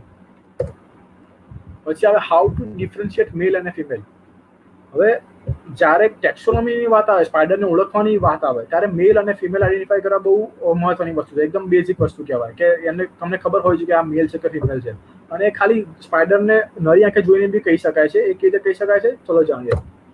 હવે આ જે વસ્તુ જ્યાં રાઉન્ડ શેપ થાય છે, જ્યાં એને પેડીપાલ્પ કહેવામાં આવે. હવે જ્યારે એકદમ સિમ્પલ હોય, ત્યારે કોઈ મોડિફિકેશન દેખવા ના મળતું હોય, એના એન્ડ જે સ્ટ્રક્ચર છે એનું જે છેડાનો ભાગ છે ત્યાં આગળ, તો એ ફિમેલ હોય. પણ જ્યારે તમે મેલમાં જશો, એનો જે છેડાનો ભાગ છે પેડીપાલ્પનો, એ એકદમ બલ્કી હોય છે. તમે બોક્સિંગ ગ્લોવ્સ કેવા હોય છે બલ્કી, એવી ટાઈપના બલ્કી સ્ટ્રક્ચર હોય છે જે મેલનું રિપ્રોડક્ટિવ ઓર્ગન છે ત્યાં આગળ. હવે મેલના રિપ્રોડક્ટિવ ઓર્ગન ત્યાં મોડિફિકેશન થઈને બલ્ક બનાવેલો હોય છે, જે ફિમેલમાં એબસેન્ટ હોય છે. તો આવી રીતે તમે ઇઝીલી ડિફરન્શિએટ કરી શકો કે જે સ્પાઈડર મારી સામે છે એ મેલ છે કે ફિમેલ છે. હવે તો સ્પાઈડરને આઈડેન્ટિફાઈ કરવો હોય તો એના માટે એક પ્રોપર મેથોડોલોજી છે. હવે એ મેથોડોલોજી વિશે આપણે જાણીએ કે સ્પાઈડરનું કલેક્શન. પહેલાં તો આપણે સ્પાઈડરને પકડવો હોય તો એને કલેક્ટ કરવો પડે. કોઈ બી સ્પાઈડરમાં એવું નથી કે તમે એના ફોટોગ્રાફ પાડ્યો અને ફોટોગ્રાફની મદદથી તમે પછી ઘરે આવીને ફોટોગ્રાફ જોઈને ગૂગલમાં આવીને તમે જોઈ લીધું કે આ સ્પાઈડર છે. એવું પોસિબલ જ નથી, કારણ કે ઘણા બધા સ્પાઈડર એવા હોય છે કે જે કલર બી ચેન્જ કરી શકતા હોય છે. ઘણા બધા સ્પાઈડર એવા હોય છે કે જેના અલગ અલગ સ્પીસીસ હોય છે, બધા સરખી જ લાગે, પણ એના અંદર રિપ્રોડક્ટિવ ઓર્ગન ટોટલ અલગ હોય. એટલે એ વસ્તુ તમારે માઇક્રોસ્કોપની અંદર જ ઓબ્ઝર્વ કરવી પડે. હવે એના માટે તમારે પકડવું પડે સ્પાઈડર. હવે કલેક્શન મેથડ બહુ બધી અલગ અલગ છે કે તમારે સ્પાઈડરને કલેક્ટ કરીને પછી એને પ્રિઝર્વ કરવાનું હોય છે 70% ઇથેનોલમાં. હવે ઇથેનોલની અંદર પ્રિઝર્વ કરશો તો શું ફાયદો થશે કે જેનું જે સ્ટ્રક્ચર સ્પાઈડરનું છે, જે આપણે ઓબ્ઝર્વ કરવાનું છે સ્પીસીસ આઈડેન્ટિફિકેશન માટે, એ ઘણા લાંબા સમય સુધી એઝ ઇટ ઇઝ રહેશે, જેવો છે એવું ને એવું રહેશે. હા, કલરમાં થોડોક 19-20 જેટલો ફરક આવશે, પણ જેનું સ્ટ્રક્ચર છે એમાં કોઈ ફરક નહીં આવે. તમે ઘણા વર્ષો પછી પણ તેને સ્પાઈડરને ઓબ્ઝર્વ કરી શકશો. પછી એના લેબલિંગ, જીપીએસ લોકેશન છે, ડેટ છે, પછી તમે ક્યારે કેવી રીતે પકડ્યો તો એ બધું તમે એમાં લેબલિંગ કરી શકો છો. અને પછી એ સ્પાઈડરને ઓબ્ઝર્વ કરવા માટે સ્ટીરિયો માઇક્રોસ્કોપની અંદર જ તમે આઈડેન્ટિફાઈ કરી શકશો. હવે ઘણા બર્ડ્સ એવા હોય છે, મેમલ્સ એવા હોય છે કે તમે તો ખાલી ફોટોગ્રાફ પાડીને કદાચ ખાલી બાયનોક્યુલરથી જોઈને પણ તમે કહી શકો કે આ સ્પીસીસનું પક્ષી કે પ્રાણી છે. પણ એ સ્પાઈડરમાં નથી હોતું. ત્યાં સ્ટીરિયો માઇક્રોસ્કોપમાં ઓબ્ઝર્વ કરવા માટે એવું હોય છે કે દરેક બોડી પાર્ટ ઇમ્પોર્ટન્ટ છે સ્પાઈડર માટે. પણ એની જે સૌથી મોસ્ટ બેઝિક આઈડેન્ટિફિકેશન કી છે રિપ્રોડક્ટિવ ઓર્ગન. દરેક સ્પીસીસ છે એ એના બીજી સ્પીસીસ કરતા એના રિપ્રોડક્ટિવ ઓર્ગનમાં સ્ટ્રક્ચરમાં બહુ મોટો તફાવત હોય છે. એટલે સ્પીસીસને તમે ઇઝીલી ડિફરન્શિએટ કરી શકો by that reproductive organs of the species. અને પછી સ્ટીરિયો માઇક્રોસ્કોપની અંદર ફોટોગ્રાફ્સ લેવાના હોય છે અને દરેક પાર્ટનું મેઝરમેન્ટ્સ બી બહુ જ ઇમ્પોર્ટન્ટ હોય છે. અને પછી મેં વાત કરી એમ કે જેનું બેઝિક આઈડેન્ટિફિકેશન કી છે જે રિપ્રોડક્ટિવ ઓર્ગન, એના ડ્રોઈંગ કરવાના હોય છે. હવે જેટલી બી આપણે 48,000 આખા વર્લ્ડમાં સ્પીસીસ મળે છે, હવે એ સ્પીસીસ આપણી પાસે જે સ્પીસીસ છે એ 48,000માંથી છે કે નહીં, એના માટે ડ્રોઈંગને 48,000 સ્પીસીસ જોડે મેચ કરવાનું કે આ જે રિપ્રોડક્ટિવ ઓર્ગન છે એ બાકીની સ્પીસીસ જોડે મેચ થાય છે કે કેમ. એટલે 48,000માંથી આપણે શોધવાની છે કે આપણી સ્પીસીસ એ છે કે નહીં. એટલે રિપ્રોડક્ટિવ ઓર્ગન મેચ કરીને પછી આપણે આઈડેન્ટિફાઈ કરવાના હોય છે. જો એ જ સ્પીસીસ હશે તો સેમ ટુ સેમ સ્ટ્રક્ચર આપણને ત્યાંના લિટરેચરમાં દેખવા મળશે. એટલે આપણે કહી શકીએ કે આપણી પાસે જે સ્પીસીસ છે એ આ સ્પીસીસ છે. અને જો કોઈ બી 48,000માંથી એક જ સ્પીસીસ જોડે મેચ ના થાય આપણા સ્ટ્રક્ચર, તો આપણે પછી આને as a new species describe કરવાની હોય છે. અને એના માટે પછી જે સ્પેસિમેન આપણે કલેક્ટ કર્યો એને મ્યુઝિયમમાં ડિપોઝિટ કરવાનો હોય છે, કે જેથી ફ્યુચરમાં બી કોઈ રિસર્ચ કરે તો એને આપણું સ્પેસિમેન નંબર ઓલરેડી આપણે પેપરમાં જે નાખેલો છે એ સ્પેસિમેનનો નંબર બી નાખવામાં હોય છે કે મેં આ જગ્યાએ આ નંબરથી આ સ્પેસિમેનને ડિપોઝિટ કરેલો છે. એટલે ફ્યુચરમાં 15-20 વર્ષ પછી કોઈને કામ કરવું હોય તો એ મ્યુઝિયમમાં જઈને એ સ્પેસિમેન કલેક્ટ કરીને એના પર આગળ વધારે કામ કરી શકે છે. પણ જો તમે મ્યુઝિયમમાં ડિપોઝિટ ના કરી હોય તો ફ્યુચરમાં રિસર્ચ માટે એક મોટો પ્રોબ્લેમ બની શકે છે. હવે મેં કીધું કે રિપ્રોડક્ટિવ ઓર્ગન ઓફ મેલ કે આને પેડીપાલ્પ કહેવાય, કે તમે આ જો કે 6 જીનસના અલગ અલગ જીનસના રિપ્રોડક્ટિવ ઓર્ગનના સ્ટ્રક્ચર અહીંયા બતાડેલા છે. તમે દેખો કે કોઈ બી સ્ટ્રક્ચર એક સરખું છે નહીં, બધા ટોટલી અલગ છે. તો એટલે દરેક સ્પીસીસના રિપ્રોડક્ટિવ ઓર્ગન ઓબ્ઝર્વ કરીને પણ ખાલી તમે આઈડેન્ટિફાઈ કરી શકો છો કે કઈ સ્પીસીસ છે કઈ સ્પીસીસ નથી. એવું જ ફિમેલમાં પણ છે. ફિમેલનું રિપ્રોડક્ટિવ ઓર્ગનને એપિગેની કહેવામાં આવે છે. કે આપણે મેલમાં જાણ્યું કે એના પેડીપાલ્પના જે એન્ડ સ્ટ્રક્ચર છે, જે ત્યાં છેડાનો ભાગ છે ત્યાં આગળ મેલનું રિપ્રોડક્ટિવ ઓર્ગન હોય છે. હવે ફિમેલને જ્યારે ઊંધી કરો ત્યારે એનું રિપોર્ટિવ ઓર્ગન એપિગાને અહીંયા આવે છે, કર્સર ઉપર જે છે ત્યાં આગળ. હવે એને મેં ડિસેક્ટ આઉટ કરીને અહીંયા ખોલ્યું છે, આનો મેગ્નિફાઈડ વ્યૂ છે. હવે આવું સ્ટ્રક્ચર ત્યાં દેખવા મળે છે, અને સ્પર્મિથિકાના અલગ અલગ સ્ટ્રક્ચર, અલગ અલગ ઘણા બધા સ્ટ્રક્ચર્સ ત્યાં હોય છે. હવે એવું સ્ટ્રક્ચર બાકીના 1, 2, 3, 4 સ્પીસીસ છે. ટોટલ 4 સ્પીસીસ તમે જોઈ શકો છો કે એકબીજાથી ટોટલી અલગ છે. તો તમે આ ઓબ્ઝર્વ કરીને તમે જેટલી બી સ્પીસીસ અવેલેબલ છે એના ઓર્ગનને મેચ કરીને તમે સ્પીસીસ આઈડેન્ટિફિકેશન કરી શકો છો. હવે બધાને જાણવા મળે છે કે ડેડલીએસ્ટ સ્પાઈડર્સ ઇન્ડિયામાં કેટલા છે. તો એના વિશે પણ હું તમને જણાવી દઉં કે ઇન્ડિયામાં તો હજુ સુધી એક પણ એવો સ્પાઈડર નથી કે જે ડેડલીએસ્ટ હોય અને એનામાં ઝેર હોય, અને ઝેર હવે સ્પાઈડરનું પણ સ્નેક જેવું જ છે કે વેનમ, દરેકમાં વેનમ હોય, પણ એવું ના હોય કે એ દરેક વેનમ એવું હોય કે માણસ માટે ફેટલ સાબિત થાય, માણસને મારી શકે એવું ના હોય. ઘણા સ્પાઈડર એવા બી કે છે કે જે ફેટલ કદાચ હોઈ શકે, પણ એનો ચેલિસ કે જેની ફેંગ જે આવે એટલી ઝીણી છે કે માણસની સ્કિનને પેનેટ્રેટ બી ના કરી શકે, એટલે એ ડેડલીએસ્ટ નથી અત્યારે. એટલે ઇન્ડિયામાં હજુ સુધી એવો એક સ્પાઈડર હજુ સુધી રિપોર્ટ નથી થયા કે જેનાથી માણસને મૃત્યુ થઈ શકે. હા, ઘણા બધા સ્પાઈડર એવા છે કે થોડાક નાના મોટા રિએક્શન આપી શકે, પણ જેનાથી માણસનું મૃત્યુ થતું નથી. તો પહેલો જે સ્પાઈડર છે બ્લેક વિડો સ્પાઈડર, કે જે બીજા દેશમાં દેખવા મળે છે, અને આપણા દેશમાં બી એની એક રિલેટિવ સ્પીસીસ દેખવા મળે છે, જેને બી ઘણા બધા લોકો અફવા બી ફેલાઈ રહ્યા છે કે આ ઝેરી છે, પણ એ ઝેરી નથી. એ બ્લેક વિડો સ્પાઈડર, તમે એના કોમન નામ, જ્યારે તમે ઇન્વર્ટિબ્રેટ્સમાં આવો અને તમે એના કોમન નામ વાપરવાના ચાલુ કરો એટલે થોડુંક ટ્રબલ વધી જાય. કારણ કે જો આ જે સ્પીસીસ છે જે બીજા દેશમાં દેખવા મળે છે એ બી બ્લેક વિડો નામ તરીકે ઓળખાય છે, અને આપણા ત્યાં બી જે છે એ બી બ્લેક વિડો તરીકે ઓળખાય છે. પણ એની જે સ્પીસીસનું સાયન્ટિફિક નામ જે જોશો તો આ જે ડેડલી સ્પીસીસ છે એનું નામ છે લેપ્ટોડેક્ટસ મેકેન્ટન્સ, અને આપણા ત્યાં જે સ્પીસીસ દેખવા મળે છે એ લેપ્ટોડેક્ટસ હસેલ્ટી છે, કે જે ફેટલ નથી, જે ડેડલી સ્પાઈડર નથી. એટલે આપણે ઇન્ડિયા માટે ચિંતા કરવાની કોઈ જરૂર નથી, કે અને કોઈને મળે તો અફવા બી ફેલાવવાની જરૂર નથી.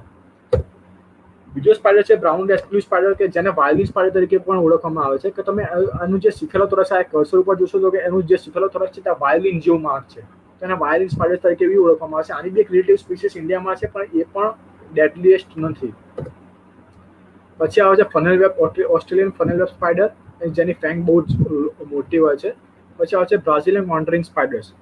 ફોનિટા સ્પીસીસના ઘણી સ્પીસીસ એવી છે કે જે ફેટલ સાબિત થઈ છે, અને તમે આ સ્પાઈડર બાઇટ જોઈ શકો છો કે જે સ્પાઈડર ઘણો નાનો હોય છે, પણ એ કેવું એના વેનમની ક્વોન્ટિટી એટલી હોય છે કે જે આવું બી કરી શકે છે. પણ ઇન્ડિયામાં આવું પોસિબલ નથી, કારણ કે હજુ સુધી એવા કોઈ રિપોર્ટ મળ્યા નથી. Types of web. હવે જ્યારે સ્પાઈડરની ખાલી વેબ તમને ક્યાંક દેખવા મળે તો તમે વેબ પરથી બી આઈડેન્ટિફાઈ કરી શકો છો કઈ ફેમિલીના સ્પાઈડર હોઈ શકે. તો ઘણા બધા ફેમિલીના 4-5 ફેમિલી એવી છે કે જે ઓફ વેબ બનાવે છે. તો આ જે ટાઈપ તમે આ જે ફોટોગ્રાફ્સ જોઈ રહ્યા છો એ ઓફ શેપ વેબ કહેવાય, જેને ઓફ વેબ તરીકે ઓળખવામાં આવે છે. પછી આવે છે ટેન્ટ વેબ. ટેન્ટ વેબ બી એક ઓફ વેબનો જ એક સબ ટાઈપ છે, પણ તમે ઇઝીલી દેખી શકો છો કે જેનો શેપ જેવો છે એ ટેન્ટ જેવો છે, અને એની મિડલમાં સ્પાઈડર બેઠેલો છે, એટલે આને ટેન્ટ વેબ તરીકે ઓળખવામાં આવે છે. પછી આવે છે શીટ વેબ. એક આમ પથારી જેવો શીટ જેવું આખું એક સ્ટ્રક્ચર બનાવે છે, જે મોસ્ટલી આપણને ખેતરોમાં ને એવા ક્રોપલેન્ડ્સમાં વધારે દેખવા મળે. પછી આવે છે ટેંગલ વેબ, એટલે ઇરેગ્યુલર વેબ, કોઈ બી આકાર વગરની ઇરેગ્યુલર વેબ. ઘણા બધા સ્પાઈડર તમે ઘરમાં બી જોતા હશો કે જે લાંબા પગવાળા સ્પાઈડર છે એ ઇરેગ્યુલર બનાવે છે, જ્યાં કોઈ જ આકાર હોતો નથી, એને ટેંગલ વેબ કહેવામાં આવે છે. પછી આવે છે ફનલ વેબ. વુલ્ફ સ્પાઈડર એક જે લાઇકોસિડી ફેમિલી છે એનું એક જીનસ છે ઇપાસા, જે ફનલ વેબ બનાવે છે. તો ફનલ વેબ એટલે શું કે ગળણી જેવું આકારનું એક જાળું. હવે એમાં જેનું મોઢું છે એ જમીનમાં હોય, ગળણીનું જે નીચેનો છેડો હોય, અને બહાર બહુ મોટું થતું હોય. એટલે એમાં સ્પાઈડરને શું બે રીતે મદદરૂપ થાય. સ્પાઈડર એ ગણી જમીનની અંદર જે ગણી જેવું આકારનું નળી જેવું બનાવ્યું છે ત્યાં અંદર બેઠેલો હોય, અને એના સ્પાઈડરના જે જાળાના તાંતણા છે છેક બહાર સુધી આવતા હોય. જેવું કોઈક ઇન્સેક્ટ એમાં ફસાય એટલે એ ઇન્સેક્ટ હલે એટલે વાઇબ્રેશન ક્રિએટ કરે વેબમાં, અને વાઇબ્રેશન છે ને એ સ્પાઈડરના સેન્સ કરીને સ્પાઈડરને ખબર પડે કે ત્યાં કોઈક આવેલું છે, તો બહાર જઈને ઇન્સેક્ટ પકડે અને એને લઈને પાછો અંદર જતો રહે. એટલે ઇન્સેક્ટ પકડવામાં બી આ જાળું મદદરૂપ થાય, અને પોતાના ખુદના પ્રોટેક્શન માટે બી આ સ્પાઈડર આવી રીતનું જાળું બનાવતા હોય છે. પછી આવે છે ટ્રેપડોર. ટ્રેપડોર એટલે કોઈ ટાઈપનો વેબ નથી, પણ ઘણા આપણે જે માઇક્રોમોર્ફમાં વાત કરીએ એમાં ઘણા બધા સ્પાઈડર જેવા છે ટ્રેપડોર સ્પાઈડર તરીકે ઓળખવામાં આવે છે. જે ભેખડો હોય મોટી, ત્યાં ભેખડમાં અંદર દર બનાવે, અને દરની આગળ જે બહારનો હિસ્સો છે જ્યાં કાણું છે ત્યાં આગળ તમે અહીંયા ફોટોગ્રાફ્સમાં જોશો કે એક ઢાંકણા જેવી વસ્તુ છે. એકચ્યુઅલી એ સિલ્ક, પછી ડેબ્રીસ હોય અલગ અલગ, અને માટી, આજુબાજુનું જે માટી હોય એનાથી એક આ ઢાંકણા જેવું સ્ટ્રક્ચર બનાવે છે, જેને ઉપરની બાજુ તમે જોશો કે કનેક્ટેડ જ છે ભેખડ સાથે, પણ બાકીનું બધું ખુલ્લું છે. અને સ્પાઈડર એ આ દરની અંદર રહેતો હોય અને એ દરમાંથી ઘણા બધા તાંતણા સ્પાઈડરના બહાર આવતા હોય. એટલે જેવા કોઈ બીજા ઇન્સેક્ટ્સ આવે એ ત્યાં તાંતણા પરથી ચાલે એટલે વાઇબ્રેશન ક્રિએટ કરે, એટલે સ્પાઈડર ઢાંકણું ખોલીને બહાર આવે અને પાછું ઇન્સેક્ટ્સને લઈને કે જે જીવડા કે જે કોઈ એનિમલ હોય એને લઈને પાછો અંદર જતો રહે. એટલે આ ઘણું બધું કેમોફ્લેજનું બી કામ કરે છે અને આ જ રીતે પોતાના પ્રોટેક્શન માટે અને ઇન્સેક્ટ પકડવામાં બી મદદરૂપ થાય છે. પછી હવે વોટર સ્પાઈડર. મેં આગળ જણાવ્યું કે there is one family, one species કે જે આની પોતાની આખી જે લાઈફ છે એ પાણીની અંદર વિતાવે છે. તો એના વિશે આપણે જાણીએ. એ સ્પાઈડરનું નામ છે આર્ગારોનેટા એક્વાટિકા. હવે આ ફોટોગ્રાફ્સમાં તમે જોતા હશો. હવે એને જે નાના નાના તળાવો છે, વેટલેન્ડ છે, જ્યાં વેજીટેશન વધારે છે ત્યાં આ સ્પાઈડર જોવા મળે છે. પણ એનું ડિસ્ટ્રીબ્યુશન અત્યારે સુધી પેલેટ્રિક રિજનમાં જ જોવા મળે છે. એટલે કે પેલેટ્રિક રિજન એટલે શું કે આપણે ભારતની વાત કરો એ પેલેટ્રિકમાં નથી આવતું, પણ આજુબાજુની જે કન્ટ્રી કહેવાય કે ચાઇના છે, તો ચાઇનામાં રિપોર્ટ થયેલો છે. તો ચાઇનાની આજુબાજુ જે આપણે નોર્થ ઇસ્ટર્ન જે સ્ટેટ્સ છે, આપણે નોર્થન પાર્ટ છે, ત્યાં બી આ સ્પીસીસ કદાચ મળતી હોવી જોઈએ, પણ સ્ટીલ આપણે હજુ આમાં હજુ વધારે ઘૂસ્યા નથી. આના ઘણા બધા લોકો કામ નથી કર્યા, ઇન્ટરેસ્ટ નથી દાખ્યો. તો એટલે એક કારણ હોઈ શકે કે હજુ ઇન્ડિયામાં રિપોર્ટ થયેલો નથી. અને આ સ્પાઈડરને ડાઇવિંગ બેલ સ્પાઈડર તરીકે પણ ઓળખવામાં આવે છે. કેમ? કારણ કે આવી રીતનું એક સ્ટ્રક્ચર બનાવે છે, વેબ બનાવે છે પાણીની અંદર, જે બેલ શેપનું હોય છે, એટલે એને ડાઇવિંગ બેલ સ્પાઈડર પણ કહેવામાં આવે છે. હવે આ સ્ટ્રક્ચર કેવી રીતે બનાવે છે? તો એનામાં એક સ્પેશિયલાઇઝ્ડ ઓર્ગન હોય છે, હાઇડ્રોફોબિક હેર્સ. આખી બોડી પર હાઇડ્રોફોબિક હેર્સ હોય છે. હાઇડ્રોફોબિક એટલે શું કે જે પાણીની એના પર કોઈ જ અસર ના થાય. એટલે હાઇડ્રોફોબિક હેર્સ જો એ સ્પાઈડરમાં હોય એટલે જો પાણી અંદર જેવો ઘૂસે એટલે આખા શરીરમાં એર બબલ ત્યાં આવી જાય અને ત્યાં આગળ પરપોટા એના આખા શરીરમાં બની ગયેલા હોય. હવે પરપોટા બની ગયેલા હોય પાણી અંદર આવે એટલે આખું આ જો આ ત્રીજા ફોટોગ્રાફમાં છે એ પાણીની અંદર આવ્યો છે અને પરપોટા લઈને આવ્યો છે અને આવું જાળું બનાવે અને આમાં થોડું સિલ્ક નાખી દે એટલે કે આખો મસ્ત ડાઇવિંગ બેલ આ બીજા ફોટોગ્રાફમાં જોવો છે એવું બની જાય અને એની અંદર આખું સ્પાઈડર એનું લાઈફ જીવન ગુજારે. હવે ઓબ્વિયસ છે કે અંદર જેટલા બી ગેસીસ છે અને જે એને એર બબલ બને એની અંદર ગેસીસ છે તો ક્યારેક તો ખતમ થવાના જ, કારણ કે બ્રીથિંગ કરી છે એટલે જે જીવન જરૂરિયાતના ગેસીસ છે, ઓક્સિજન છે, નાઇટ્રોજન છે, બધા જ જેને જરૂર પડે. હવે જેમ જેમ ખતમ થાય પાછો ઉપર પાણીની સપાટી ઉપર જશે, પાછો એર બબલ કલેક્ટ કરીને આવશે, પાછો આ બબલની અંદર એ બધું એર અંદર નાખી દેશે એટલે ફરીથી બધા જેટલા બી ગેસીસ છે ફરીથી ત્યાં એના માટે અવેલેબલ થઈ જશે. તો આવી રીતે પાણીની અંદર પોતાનું જીવન ગુજારે છે. પછી આવે છે ફિશિંગ સ્પાઈડર. એક ફેમિલી છે જેને પિસાયુરિડી, જેનું કોમન નામ છે ફિશિંગ સ્પાઈડર. કેમ? કારણ કે ત્યાં પિક્સીવોરી નેચર દેખવા મળે છે સ્પાઈડર્સમાં. પિક્સીવોરી એટલે શું કે જે સ્પાઈડર મોટા ભાગે ફિશનો શિકાર કરીને નપતા હોય એ લોકોને પિક્સીવોરી સ્પાઈડર્સ તરીકે, પિક્સીવોરી એટલે ફિશિંગ સ્પાઈડર તરીકે ઓળખવામાં આવે છે. હવે આ સ્પાઈડર પાણીની સપાટી ઉપર 5 થી 10 મિનિટ સુધી તરી શકે છે. કેમ? કારણ કે એના આગળની સ્પીસીસમાં આપણે દેખ્યું વોટર સ્પાઈડરમાં કેવું હતું કે આખી બોડીમાં હાઇડ્રોફોબિક હેર્સ હતા એટલે એ નીચે એર બબલ બનાવીને રહી શકતો હતો, પણ આ સ્પાઈડરમાં એવું નથી. એના પગમાં અમુક સેગમેન્ટ્સમાં જ હાઇડ્રોફોબિક હેર્સ હોય છે એટલે આખા શરીરમાં હાઇડ્રોફોબિક હેર હોતા નથી એટલે ખાલી પગની મદદથી અમુક મિનિટ સુધી તરી શકશે, પણ આફ્ટર સમ ટાઈમ એ પછી સર્વાઈવ નહીં કરી શકે પાણીમાં. પછી આવશે વિડો સ્પાઈડર્સ. આપણે જેમ વિડો સ્પાઈડરની વાત કરીએ, હવે એને વિડો કેમ કહેવામાં આવે છે? તમે ફર્સ્ટ સ્પીસીસ છે લેટ્રોડેક્ટસ હસેલ્ટિક, જેમ મેં વાત કરી આપણા ગુજરાતમાં દેખવા મળે છે. એવી બીજી સ્પીસીસ છે લેટ્રોડેક્ટસ જીઓમેટ્રિકસ, એટલે આપણે કોમન નામ તરીકે રેડબેક સ્પાઈડર તરીકે ઓળખતા હોય છે અને એને બ્રાઉન વિડો સ્પાઈડર તરીકે ઓળખવામાં આવે છે. કે કેમ? કારણ કે એનો તમે કલર દેખો કે બ્રાઉન કલરમાં દેખવા મળે છે એટલે એને બ્રાઉન વિડો સ્પાઈડર તરીકે પણ ઓળખવામાં આવે છે. હવે સ્પાઈડરમાં વિડો કેમ? તમે આ ફર્સ્ટ ફોટોગ્રાફમાં જોતા હશો કે જે મોટો સ્પાઈડર છે એ ફિમેલ છે અને જે નાનો સ્પાઈડર છે બહુ ઘણો નાનો છે ફિમેલ કરતા, એ મેલ છે. હવે જ્યારે એમનું મેટિંગ થાય ત્યારે ફિમેલ એ મેલ સ્પાઈડરને ખાઈ જાય છે એટલે શું થઈ ગયું? એ વિધવા થઈ ગયો એટલે વિધવાને ઇંગ્લિશમાં વિડો કહેવાય. એટલે આ સ્પાઈડરનો આ બિહેવિયરના કારણે તેને વિડો સ્પાઈડર તરીકે ઓળખવામાં આવે છે. હવે આ સ્પાઈડર જ્યાં જોવા મળતા ત્યાં ઘણા થીક મીન્સ જાળું દેખવા મળે છે. ઇરેગ્યુલર આ સ્પાઈડર ઇરેગ્યુલર જાળા બનાવતા, ઇરેગ્યુલર જાળા દેખવા મળે. ડેબ્રિસ બી ત્યાં કચરો બી ઘણો વધારે હોય, પણ એમની એક નિશાની છે કે કદાચ એ સ્પાઈડર ત્યાં બી ના બી હોય પણ તેમને જે એગ લે કર્યા હશે એ ત્યાં રહેશે. એટલે કદાચ તમે સ્પાઈડર ત્યાં નહીં હોય પણ ત્યાંના એક પાઉચીસ જે હોય એ એક પાઉચીસથી પણ તમે સ્પીસીસ આઈડેન્ટિફાઈ કરી શકશો.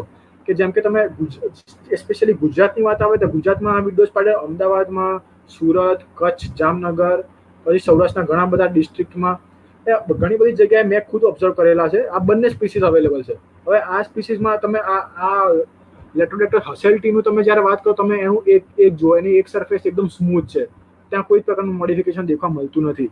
એટલે આ સ્મૂથ સરફેસનું એક કોટેડ હોય તો તમે ઇઝીલી કહી શકશો કે આ સ્પાઈડર લેટોડેક્ટસ હસેલ્ટી અહીંયા દેખવા મળતો હશે. અને જ્યારે લેટોડેક્ટસ જીઓમેટ્રિકસની વાત આવે તો એનું તમે એક પાઉચમાં ઘણા બધા સ્પાઇક્સ દેખવા મળે છે, ઘણા બધા આમ ટ્યુબરકલ્સ જેવું દેખવા મળે છે, જે ખાલી લેટોડેક્ટસ જીઓમેટ્રિકસના એક પાઉચમાં દેખવા મળે છે. પછી આવે છે પેરેન્ટલ કેર. હવે આપણે આગળ જાણ્યું કે કેનિબાલિઝમ સ્પાઈડરમાં દેખવા મળે છે, કે એકબીજાને જ ખાઈ જાય છે. તો શું એના પેરેન્ટલ કેર દેખવા મળતી હશે? તો પેરેન્ટલ કેર પણ અમુક ફેમિલીમાં જોવા મળે છે, જેમ કે ફેમિલી ફલ્સડી, જેને ડેડી લોંગ લેગ કહેવામાં આવે છે. હવે એ જે એક પાઉચ બનાવે, એ જ્યાં સુધી એમાંથી બચ્ચા બહાર નહીં નીકળે ત્યાં સુધી પોતાના મોઢામાં જ એક પાઉચ લઈને ફરે છે. એવું જ સ્પારાસિડી એટલે કે હન્ટ્સમેન સ્પાઈડર્સમાં બી દેખવા મળે છે, કે જે પોતાના જ્યાં સુધી બચ્ચા નહીં આવે ત્યાં સુધી એક પાઉચને લઈને પોતાના પગની પેડીપાર્ટની મદદથી લઈને ફરતા હોય છે. પછી આવે છે સ્પિટિંગ સ્પાઈડર્સ, ક્રિપ્ટોડિડી ફેમિલી. એ લોકો પણ એમના મોઢામાં લઈને ફરતા હોય છે એક પાઉચને. અને પછી આવે છે લાઇકોસિડી. લાઇકોસિડીમાં જે એનું જે સિલ્ક સ્પિનિંગ ઓર્ગન છે, સ્પિનરેટ્સ, ત્યાં ગાડી એ એક પાઉચને બાંધેલી હોય છે, અને જ્યાં સુધી બચ્ચા બહાર ના નીકળે ત્યાં સુધી ત્યાં બાંધેલું જ હોય છે. હવે જેવા બચ્ચા બહાર નીકળી જાય એવું એમના પીઠ ઉપર ચડી જાય છે. તમે સ્કોર્પિયન્સમાં કદાચ દેખેલું હશે કે જેવા બચ્ચા બહાર આવે પોતાની માતા એના બચ્ચાને પીઠ ઉપર લઈને ફરે છે. એવી જ વસ્તુ આ ફેમિલીમાં બી દેખવા મળે છે, કે એના બચ્ચા જ્યાં સુધી એકદમ મેચ્યોર ના થઈ જાય ત્યાં સુધી એમના બચ્ચાને એમને પીઠ ઉપર લઈને ફરતા હોય છે આ સ્પાઈડર્સ. અને ઘણી એક સ્પીસીસ છે એમાવિબરસ ટેરિસ્ટ્રીસ. હવે આ એમાં એની જે માતા છે, જે ફિમેલ છે, એ જ્યાં સુધી બચ્ચા બહાર ના આવે ત્યાં સુધી તો એમનું પ્રોટેક્શન કરશે જ, પણ જેવા બચ્ચા બહાર આવે ત્યાં સુધી એક બહુ વીક થઈ ગયેલી હોય છે, અને બચ્ચા એની માતાને જ ખાઈને પોતાનું જીવન ગુજારે છે. એટલે એમનો જે પહેલો ખોરાક કહેવાય પોતાની માતા જ, એની મધર જ હોય છે. તો આવા બી પેરેન્ટલ કેર સ્પાઈડરમાં દેખવા મળે છે. કોર્ટશિપ.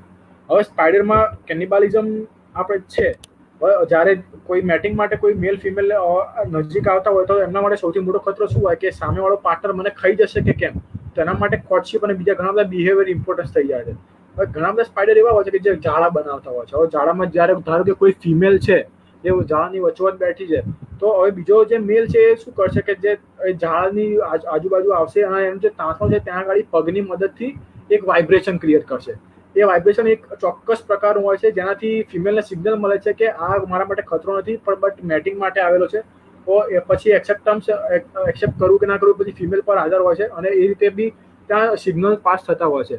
પછી ઘણા ઇન્ટરેસ્ટિંગ એક્ઝામ્પલ બી છે આપણી જોડે, કે પિસાયુરો, આપણે ફિશિંગ સ્પાઈડરની વાત કરી, પિસાયુરા મિરાબિલિસ છે. પિસાયુરા મિરાબિલિસ એની ફિમેલને રીઝવવા માટે એક પ્રે પકડે છે, શિકાર પકડે છે. એ શિકારને ગિફ્ટ કરે છે ફિમેલને.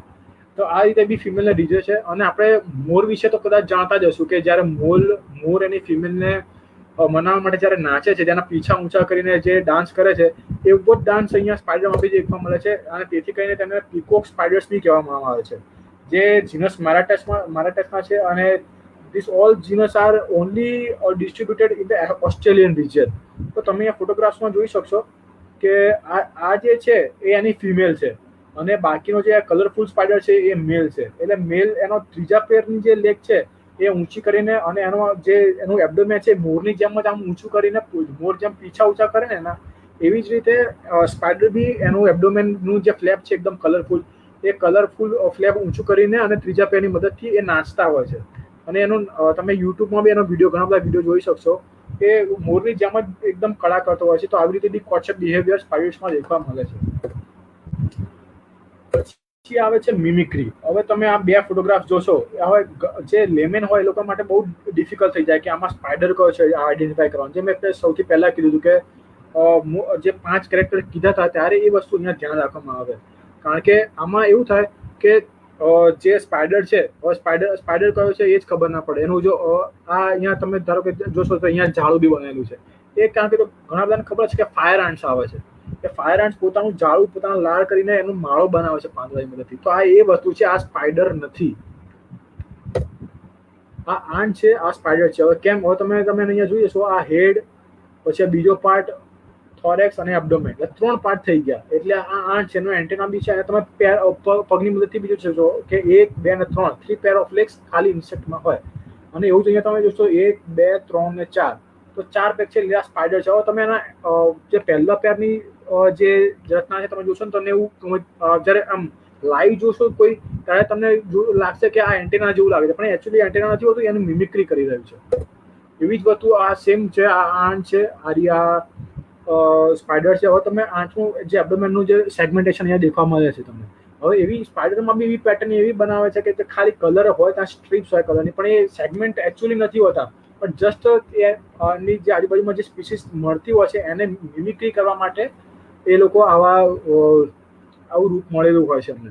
હવે આ જે આંટ મિમિકિંગ સ્પાઈડર હોય છે, ફાયર આંટના એવા રિસર્ચ થયેલા છે કે ફાયર આંટના નેસ્ટમાં જ રહે છે અને ફાયર આંટ્સને બી ખાય છે. પણ ખાલી મિમિક્રી એટલે ખાલી દેખાવથી નહીં, પણ એમના જે બાયોકેમિકલ કહેવાય, જે ફેરોમોન્સ કહેવાય, એ ફેરોમોન્સ બી એવા સિક્રેટ કરે છે જે કીડી જ સિક્રેટ કરતી હોય. એટલે એ બધી જ રીતે મિમિક્રી કરે છે આ સ્પાઈડર્સ. Why they are so important? Spider આપણે બધી જ રીતે જાણ્યું કે આટલું બધું સ્પાઈડરનું રિસર્ચ મીન્સ આ કેવી રીતે આઈડેન્ટિફાઈ કરવા, એની સ્ટડી કેવી રીતે કરવું, બધું જ જાણ્યું, પણ પછી જાણીને કરવાનું શું, કેમ, એ બધું ઇમ્પોર્ટન્સ શું છે? તો સૌથી મોટી વસ્તુ સ્પાઈડર છે એ કેમ, હવે આપ જાણીએ. ઓસ્ટ્રેલિયાના અમેરિકાના એક બહુ મોટા એરેક્નોલોજીસ્ટ એટલે કે જે 8 પગા જીવ ઉપર કામ કરતા હોય એને એરેક્નોલોજીસ્ટ કહેવામાં આવે. હવે આ ડોક્ટર નોર્મન પ્લેટનિકની હમણાં જસ્ટ લાસ્ટ વીકમાં એમની ડેથ થઈ છે, અને એ આ સાયન્ટિસ્ટ છે જેને 500 કરતાં બી વધારે નવી સ્પીસીસ આખા વર્લ્ડને આપી છે, આખા વર્લ્ડમાં ડિસ્ક્રાઇબ કરેલી છે. હવે એ શું કહે છે કે if spider disappeared we would face famine. એટલે કે જો સ્પાઈડર જતા રહેશે, સ્પાઈડર એક્સટિંક્ટ થઈ જશે, સ્પાઈડરનો નાશ થશે, તો આખા વર્લ્ડમાં એક એવું મોટું પ્રોબ્લેમનું સર્જન થશે કે જે આપણે કદાચ એને સેટલ નહીં કરી શકીએ. હવે આવું અમને કેમ કીધું, તો આપણે નેક્સ્ટ સ્લાઇડમાં જોઈશું તો ખબર પડશે કે આપણે ઓલરેડી જાણ્યું કે ઇકોલોજીકલ રોલ શું છે સ્પાઈડરનો, ઇન્સેક્ટ ખાવાનો. હવે એક રિસર્ચ થયું, એમાં એ લોકોએ એવું કીધું કે સ્પાઈડર જે છે એ એપ્રોક્સિમેટલી 360 થી 720 મિલિયન ટન જેટલું એ લોકો આખા વર્ષ દરમિયાન ખાય છે. હવે આપણા આખા હ્યુમન પોપ્યુલેશન આખા વર્લ્ડની તમે જોવા જાવ તો 7 બિલિયન હ્યુમન્સ છે, અને એનું બાયોમાસ એટલે કે શું, કે તમે બધું ખાઈ જાઓ તો તમે એનર્જી સ્વરૂપમાં તમે તમારા શરીરને શું આપી શકો, એને બાયોમાસ કહેવાય. હવે બાયોમાસ કેટલું છે આખા બધી હ્યુમન પોપ્યુલેશન આખા વર્લ્ડની? 400 મિલિયન ટન. હવે એનો મિનિંગ શું થયો કે સ્પાઈડર જો ઇન્સેક્ટ્સને છોડીને માણસને ખાવાનું ચાલુ કરી દે કદાચ, તો આખા વર્લ્ડના માણસને એ લોકો ખાઈ જાય, અને તોય એ લોકો ભૂખ્યા રહે. એટલું બધું એ લોકો ખાય છે, અને એ લોકો શેની ઉપર નમે છે? ઇન્સેક્ટ્સ ઉપર. એટલે આખા વર્ષ દરમિયાન એ લોકો કેટલા ઇન્સેક્ટ્સ ખાતા હશે એ વિચારવા જેવી વસ્તુ છે. એટલે ડોક્ટર પ્લેટનિક શું કહે છે કે જો સ્પાઈડર્સ જતા રહેશે, હવે આખા વિશ્વમાં આટલા બધા ઇન્સેક્ટ પોપ્યુલેશનને ખાતા હોય અને સ્પાઈડર્સ જતા રહે તો શું થાય? દુકાળ પડે, આપણે જેટલા બી ક્રોપલેન્ડ છે, ખેતી છે, બધી જ આપણો પાક નાશ પામે, જેટલા બી વેજીટેશનની જેટલી બી સ્પીસીસ છે બધી નાશ પામે. ઉપરાંત મલેરિયા જેવા ઘણા બધા રોગો બી ઉત્પન્ન થાય. એ બધાનું આપણે ટેકલ કરી શકવાના નથી. આપણે જોઈ શકીએ છીએ અત્યારે તાજેતરમાં કોરોના બી છે, એને બી ટેકલ કરવામાં કેટલી ટફ છે. તો આ બધી વસ્તુ જ્યારે થશે ત્યારે બહુ ટેકલ કરવામાં ટફ છે, પણ આપણે હજુ India, especially in India, spider માટે, હવે ઇન્વર્ટિબ્રેટ્સ માટે આપણે હજુ રિસર્ચ નથી કરી રહ્યા એટલું બધું, જે જરૂર છે. આપણે ઘણી બધી મોટી જેમ કે પ્રોજેક્ટ ટાઈગર છે, કરોડો રૂપિયા મોટા એનિમલ માટે ખર્ચ કરી નાખીએ છીએ, પણ નથી ના કરવા જેવું બી નથી કે કરો, પણ જ્યાં વધારે ઇમ્પોર્ટન્ટ છે એ વસ્તુ આપણે નથી કરી રહ્યા. જ્યારે ઇન્વર્ટિબ્રેટ છે, સ્પાઈડર્સની વાત કરો, ઇન્સેક્ટ્સની બીજી વાત કરો, ખાલી એની ડાયવર્સિટી સ્ટડી પરથી પણ આપણને ખબર પડશે કે 5-5 વર્ષના ગેપ પર આપણે સ્ટડી કરતા છું તો ખબર પડશે કે કોઈ હેબિટેટમાં ચેન્જ આવે છે કે નહીં. કેમ? કારણ કે થોડો બી ચેન્જ આવ્યો હશે તો તરત એમની ડાયવર્સિટીમાં ફરક દેખાશે ત્યાં આગળ, તો આપણે એ ત્યાં તરત ખબર પડી જશે. પ્રોજેક્ટ ટાઈગરમાં ઘણી બધી, ગુજરાતમાં બી પહેલા ચિત્તા હતા તો અત્યારે નથી, તો શું ચિત્તામાં શું અત્યારે નથી તો કંઈ મોટો ડિફરન્સ આવ્યો હજુ સુધી? એટલે લોંગ ટાઈમમાં કદાચ ખબર પડે. પેલા ટાઈગર્સ બી હતા ગુજરાતમાં, અત્યારે નથી, તો કંઈ મોટો ડિફરન્સ નથી દેખાતો. પણ જો સ્પાઈડરમાં ખાલી ગુજરાતના એક નાના ડિસ્ટ્રિક્ટમાં બી સ્પાઈડર નહીં હોય તો આગળ જતા બહુ મોટો બીજા દિવસે સૌથી મોટા ડિફરન્સ દેખાવાના ચાલુ થઈ જશે. તો એટલા માટે ઇન્વર્ટિબ્રેટ સ્ટડીઝ બહુ મોટી વસ્તુ છે, ત્યાં એ થવી જોઈએ, અને એ થશે તો આપણા કન્ઝર્વેશન માટે બી ઘણી બધી હેલ્પફુલ છે, અને બધી જ રીતે હેલ્પફુલ કરી શકાય. જેનો એક બેઝિક વસ્તુ કહેવાય ઇન્વર્ટિબ્રેટ્સ, જેનાથી ઉપરના લેવલના પ્રાણીઓ એના ઉપર નભે છે. એટલે જો એની સ્ટડી બરાબર થશે તો ઉપરના ઓટોમેટિક સેટલ થઈ જવાની છે. તો હોપ કે ફ્યુચરમાં બધું પોસિબલ બને. વાય એમ સો યુઝફુલ ટુ હ્યુમન્સ? હવે હ્યુમન્સ એક એવો સ્વાર્થી સ્પીસીસ કહી શકાય આખા વર્લ્ડની, કે દરેક વસ્તુમાં એમનો યુઝફુલ શોધતા હોય છે. તો સ્પાઈડર્સમાં બી તેમને પોતાના યુઝીસ શોધી લીધા છે, તો હવે એ પણ જોઈ લઈએ. હવે સ્પાઈડરના સિલ્કની જ્યારે વાત આવે તો સ્પાઈડરનું સિલ્કમાં સૌથી મજબૂત, સૌથી હલકું અને ઇલાસ્ટિસિટી આમાં સૌથી વધારે પ્રમાણમાં દેખવા મળે. ઇલાસ્ટિસિટી એટલે શું કે તમે એને ખેંચો ગમે એટલું ખેંચો પણ તૂટે નહીં એવા પ્રકારનું એક મટીરિયલ. આવું મટીરિયલ સૌથી મજબૂતમાં મજબૂત ઇલાસ્ટિસિટી મટીરિયલ સ્પાઈડર સિલ્ક છે. હવે સ્પાઈડર સિલ્કનું જ્યારે સ્ટેનલેસ સ્ટીલ સાથે, જે સ્ટેનલેસ સ્ટીલને અત્યાર સુધી એવું કહેવામાં આવે છે કે સૌથી હલકું અને સૌથી મજબૂત અને જેમ વાળવું એમ વળી શકે, એવી રીતનું સ્ટેનલેસ સ્ટીલને કમ્પેર કરવામાં કરીએ તો રિસર્ચ એવું કહે છે કે સ્ટેનલેસ સ્ટીલ કરતાં સ્પાઈડર 5 ગણા વધારે મજબૂત છે. અને એના કરતાં હલકું કેટલું એ તો આપણે જાણીએ જ છે, સાવ હલકું, આપણા સ્ટેનલેસ સ્ટીલ કરતાં ખાસું બધું હલકું એમ. હવે પણ મેઇન પ્રોબ્લેમ ક્યાં છે કે સ્પાઈડરને આપણે રિયર ના કરી શકીએ, પાળી ના શકીએ. કેમ? કારણ કે કેનિબાલિઝમના કારણે. હવે સિલ્ક વોર્મ જ્યારે વાત કરો તો ઘણા બધા સિલ્કના આપણે કપડાં બનતા હોય છે, સાડીઓ બનતી હોય છે, તો ત્યારે સિલ્ક વોર્મની અંદર આપણે ઇઝીલી, કારણ કે સિલ્ક વોર્મને આપણે રિયર કરી શકીએ છીએ, પાળી શકીએ છીએ, એટલે પાળીને ઘણા બધા સિલ્ક મટીરિયલ્સ આપણે એમાંથી બનાવી શકતા હોઈએ છીએ. પણ સ્પાઈડરમાં એવું નથી, સ્પાઈડરને પાળવા પોસિબલ નથી, એટલે કે એનું સિલ્ક આપણે તેમાંથી પ્રોડ્યુસ ના કરી શકીએ. તો એના માટે શું કરવું પડે કે આપણે જીનેટિક સ્ટડીઝ કરવી પડે. જીનેટિક સ્ટડી, મોલેક્યુલર સ્ટડીની મદદથી જ આપણે એનું સિલ્ક પ્રોડ્યુસ કરી શકીએ. તો એવું જ એક સાયન્ટિસ્ટે એક રિસર્ચ કરીને ટ્રાય કર્યો. તો એણે શું કર્યું કે સ્પાઈડર સિલ્કનું જે ડીએનએ આવે, જે જીન આવે, એ જીન સિક્વન્સ એને કલેક્ટ કરી અને એને શું કર્યું કે બકરીનું જે જીન છે કે જે દૂધ આપે છે, જેનાથી મિલ્ક પ્રોડ્યુસ થાય છે, એ સિક્વન્સ જોડે એને મિક્સ કરી નાખી. હવે એ બકરીના દૂધની જોડે સ્પાઈડરના સિલ્કની સિક્વન્સ મિક્સ છે, પ્રોટીનની સિક્વન્સ, અને એ બકરીમાં નામાં નાખી દીધું. હવે એ બકરીના જે બચ્ચા પ્રોડ્યુસ થયા, એને દૂધ આપ્યું, અને દૂધમાં જે રિસર્ચ એમને દેખ્યું તો એમાં 90% જે પ્રોટીન હતું એ સ્પાઈડરના સિલ્કનું હતું. એ ઘણું બધું ઉપયોગી સાબિત થયું. અને પછી એમાંથી એ પ્રોટીનને એ લોકોએ એક્સટ્રેક્ટ કર્યું, એને અલગ કર્યું અને એને અલગ અલગ કામમાં યુઝ કર્યું. તો એમાંથી એમને એક બુલેટ પ્રૂફ જેકેટ જેવું નાનું એવું બનાવ્યું. હવે એ એટલું 1 મિલીમીટર જેટલું પતલું જેકેટ જેવું બનાવ્યું, અને એ જેકેટ 22 કેલિબરની ગોળીને બી પાર નહોતું કરવા દેતું.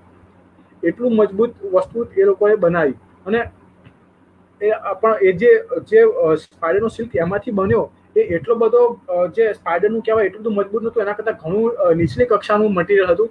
પણ જો આપણે આવું વધારે રિસર્ચ કરીએ અને સ્પાઈડરના સિલ્કના જેવું જ આમાંથી આ જીન મોલેક્યુલર સ્ટડીની મદદથી આપણે બનાવીએ તો કેટલું બધું ઉપયોગી બને, એ બી એક જાણવા જેવી વસ્તુ છે.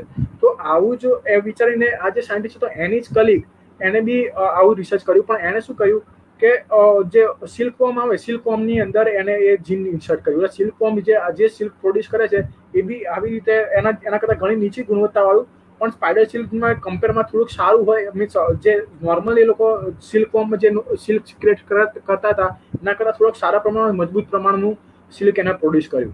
એટલે એ સાયન્ટિસ્ટનું એક એવું બી કહેવું છે કે ફ્યુચરમાં ઘણા બધા વસ્તુ પોસિબલ છે. જેમ કે સ્પાઈડરમેન તમે પિક્ચર દેખ્યું હશે તો એમાં ઘણા બધા એને ઘા વાગે છે, પણ એ અચાનક તરત જ એકદમ વાગેલું હોય તો તરત સાજું થઈ જાય. એવું બધું પોસિબલ થાય. કેવી રીતે કે એ સાયન્ટિસ્ટે એવું કીધું કે જો હ્યુમનની જે સ્કિન છે, સ્કિનના સેલ્સ ફટાફટ પ્રોડ્યુસ થતા હોય, કે ફટાફટ હ્યુમનનું સ્કિનમાં તમે કદાચ વાગ્યું હશે તો 5-10 દિવસની અંદર તરત રૂચ બી આવી જતી છે કે અને નવી સિલ્ક બની જાય. એટલે કેમ?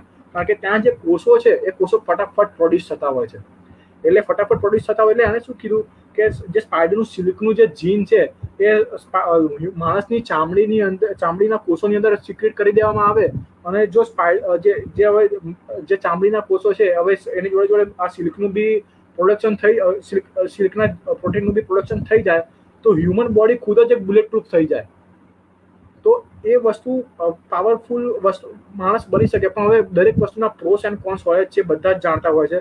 હવે એના ફાયદો આપણે જાણી લીધો કે માણસ બુલેટ પ્રૂફ થઈ ગયો, પણ એનું શું કહેવાય, એક ખરાબ વસ્તુ બી કહેવાય કે જ્યારે ધારો કે એને કોઈ સર્જરી કરવાની જરૂર પડી ત્યારે કટ બી ના મારી શકે, ઓપરેશન ના થઈ શકે. તો એ બધા ગેરફાયદા બી છે. એટલે બુલેટ પ્રૂફ જેકેટ બનાવવામાં આવ્યું. ઘણા બધી બીજી બી એપ્લિકેશન એવી છે કે નાના ઇલાસ્ટિસિટી લગી તેને ખેંચીને ગમે એટલું મોટું કરી શકાય. હવે એકદમ નાની સાઈઝનું જે માચીસના બોક્સ જેટલું બી નાનું બેગ બનાવ્યું સ્પાઈડરના સિલ્કમાંથી, તો ફ્યુચરમાં એવું બી બની શકે નાના માચીસના કદનું એક સ્પાઈડરનું બેગ મોટા ફ્રીજ બી અંદર આવી શકે, ઘણા બધા મોટું. કારણ કે ઇલાસ્ટિસિટી એને ગમે એટલું ખેંચો એ તૂટવાનું નથી, એવું પોસિબલ છે. તો નાના એકદમ માચીસના કદના બોક્સના બેગ જેવા બેગ્સ બી ફ્યુચરમાં બની શકે એ જરૂરી છે.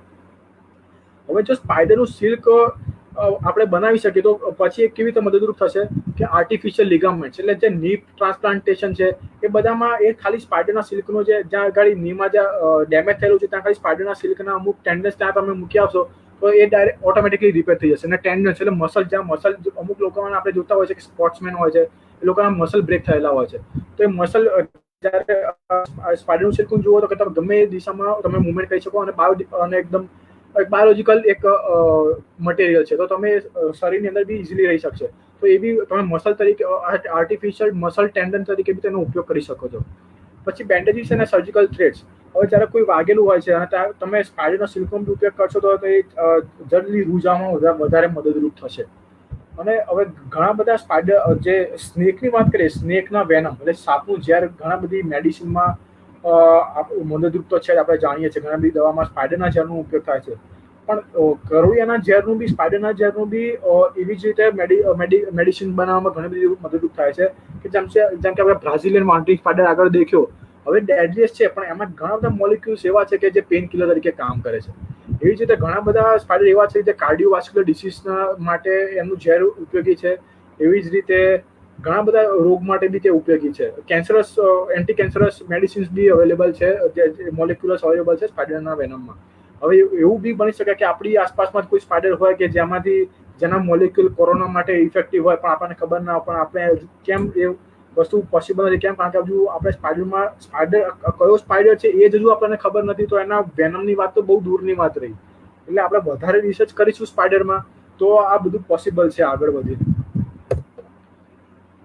હવે મેં ટોટલ છેલ્લા 5 વર્ષથી હું રિસર્ચ કરું છું ઇન્ડિયામાં, અલગ અલગ સ્ટેટ્સમાં. હવે એમાંથી અત્યાર સુધી મેં ટોટલ 11 સ્પીસીસ ડિસ્ક્રાઇબ કરેલી છે. તો એમાંથી અમુક સ્પીસીસ હું તમારી વચ્ચે રજૂ કરું છું.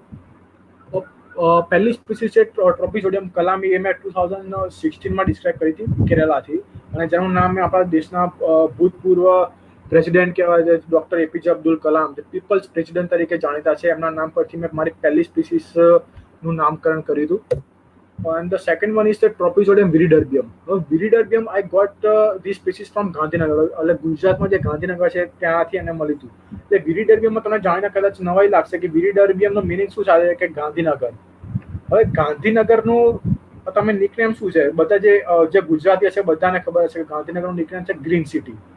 હવે વિરીડર્બિયમ એટલે નથિંગ બટ ગ્રીન સિટી જ છે. હવે ગ્રીન, કારણ કે મેં જે ગ્રીન સિટી છે એનું લેટિનમાં કન્વર્ટ કર્યું છે ગ્રીન, એટલે જેનું લેટિન થાય છે વિરીડી, અને અરબીસ મીન્સ સિટી. એટલે જે વિરીડર્બિયમ છે એનું મિનિંગ ગાંધીનગર થાય છે, ગ્રીન સિટી ગાંધીનગર. એટલે આ થોડુંક મેં કોઈ બી જે રિયલ સાયન્ટિસ્ટ કહેવાય, જે ટેક્સોનોમિસ્ટ કહેવાય, જે ટેક્સોનોમિસ્ટ ક્યારે સિમ્પલ નામ પસંદ ના કરે, કંઈક વિચિત્ર નામ પસંદ કરે, તો મેં પણ ગાંધીનગર ગ્રીન સિટીનું લેટિન કરીને અને વિરીડર્બિયમ કરીને કંઈક વિચિત્ર બનાવવાનો ટ્રાય કર્યો હતો. પછી બીજી સ્પીસીસ છે ઇસિયસ વિક્રમ બત્રાઈ. હવે કારગિલ વાર, ઘણા બધા તમે જાણતા છો, કારગિલ વાર વખતે જ્યારે ઘણા એ 2 મિશન એવા હતા કે જે ઇમ્પોસિબલ હતા, જે આ કેપ્ટન વિક્રમ બત્રા છે, આ જે શેરશાહ નામ તરીકે બી જાણીતા છે, કે જેમને આ વસ્તુ પોસિબલ કરી અને પોતાનો જીવ એમને ગુમાવ્યો હતો. તો એમના નામ પરથી મેં આ સ્પીસીસનું નામ આપ્યું હતું ઇસિયસ વિક્રમ બત્રાઈ. પછી આવશે just in September 2019 I describe ઇન્ડોમરેન્ગો ચાવરા પટેલ. આ ચાવરા પટેલ એક સેન્ટ છે કેરાલાના. એ કેરાલામાં જે આપણે કેરાલામાં જાણીએ છીએ કે સાક્ષરતા બહુ વધારે છે, એજ્યુકેશન અવેરનેસ બહુ સારી છે. તો એજ્યુકેશન અવેરનેસ જ્યાં તેમણે ફેલાઈ હતી, એ આ સંતે ફેલાઈ હતી, જેનું નામ ક્યુરિયાકોસે ચાવરા છે. અને આમના કારણે આપણે કહી શકીએ કે man behind education in Kerala, તો એ આ સંત છે. તો એમના નામ પરથી આ સ્પીસીસનું નામકરણ મેં કર્યું હતું. પછી આવશે મરેંગો સચિન તેંડુલકર, જે આપણે ગુજરાતમાં બી, મને ગુજરાત યુનિવર્સિટીમાંથી આ સ્પેસિમેન મળ્યું હતું, ગુજરાત યુનિવર્સિટીમાંથી. અને આમનું નામ આપણા ભારતના ભારત રત્ન એવા જે વિખ્યાત બેટ્સમેન છે સચિન તેંડુલકર, એમના નામ પરથી મેં આ સ્પીસીસનું નામ આપ્યું હતું. પછી આપણે બધે તો હમણાં રિસન્ટલી આ બનાવ બન્યો છે વિંગ કમાન્ડર અભિનંદન વર્ધમાન, જે પાકિસ્તાનમાં જઈને એકદમ બહાદુરીથી આન્સર્સ આપ્યા હતા અને આપણા ઇન્ડિયાનું નામ રોશન કર્યું હતું. એવા અભિનંદન વર્ધમાનના નામ પરથી મેં આ સ્પીસીસનું નામ આપ્યું હતું. ડિસેમ્બર 2019માં સ્પીસીસ ડિસ્ક્રાઇબ થઈ હતી. ફ્લેગ્રા અભિનંદન વર્ધમાની નામ છે આ સ્પીસીસનું. અને આ સ્પીસીસ પણ આપણા ગુજરાતના, અમદાવાદના ગુજરાત યુનિવર્સિટીના કેમ્પસમાંથી કલેક્ટ કરવામાં આવી હતી. So thank you very much, and if you have any query, you can contact me by this mail ID also. So if you have any question, please you can.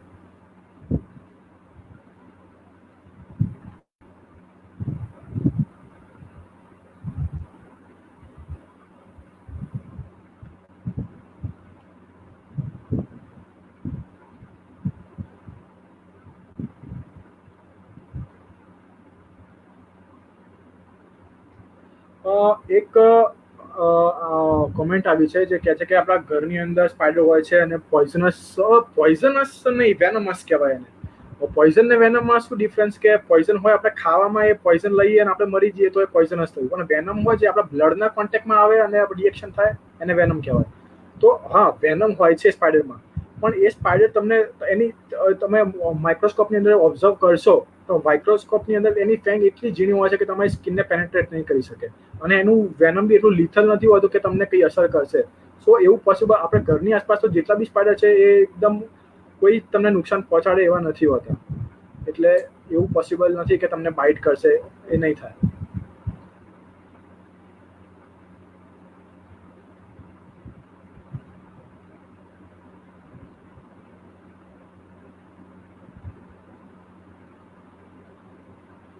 The brightest. Thank you very much, Malay.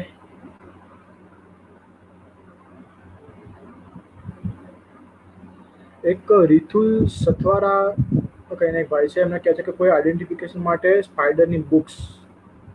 હા, books એકચ્યુઅલીમાં એવું છે કે ઘણી બધી family આપણે જડેશાની available છે, પણ એમાં એકચ્યુઅલી એકદમ ઓથેન્ટિક ના કહી શકાય. પણ એના માટે મેં તમને કીધું કે વર્લ્ડ સ્પાઈડર કેટાલોગ એક ઇન્ટરનેટ પર એક મોટો કેટાલોગ અવેલેબલ છે, અને દરેક સ્પીસીસનું લિટરેચર ત્યાં અવેલેબલ છે. પણ એના માટે તમારે લોગિન કરવાનું રહેશે, અને પણ એના માટે પણ એવું છે કે દરેક ફેમિલીનું આઈડેન્ટિફિકેશન કી તમને ખબર હોવી જોઈએ. એટલે તમારે એના માટે અલગ અલગ ઘણી બધી બુક અવેલેબલ છે, પણ સૌથી બેઝિક જે કહેવાય એ વર્લ્ડ સ્પાઈડર કેટાલોગ છે. અને બુક્સ માટે અમે રિસન્ટલી થોડા ટાઈમ પછી એક બુક આવવાની છે કે આખા વર્લ્ડમાં જેટલી બી ફેમિલીઝ છે એની બધી આઈડેન્ટિફિકેશન કી ત્યાં હશે. તો એ બુક તમે આવશે એટલે હું શેર કરીશ, તો તમે એ પરચેસ કરી શકો છો. આપણે ત્યાં શહેરી બી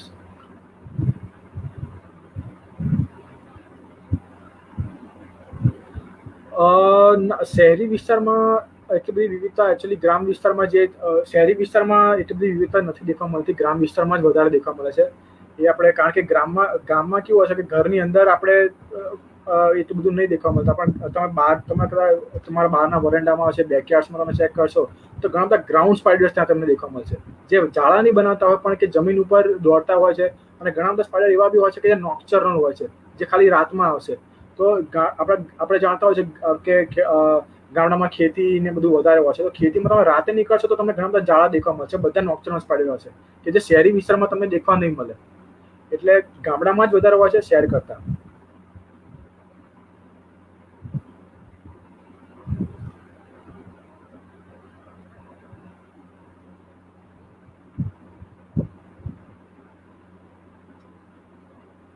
બીજા કોઈ ક્વેશ્ચન્સ?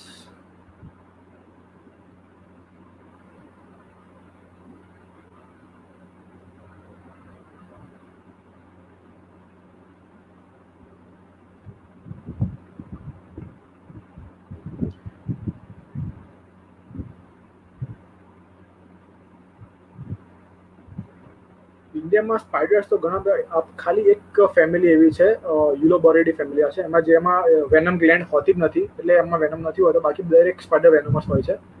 હવે એના વેનમથી નાનું એવું ઇન્ફેક્શન આવે છે કે થોડાક નાના એવા ઇન્ફેક્શન આવે, બહુ તમને મચ્છર કરડ્યું તો કેવું રિએક્શન આવે, એવા નાના જીવાતો કરડ્યું હોય છે ત્યારે તમને રિએક્શન આવતું હોય છે.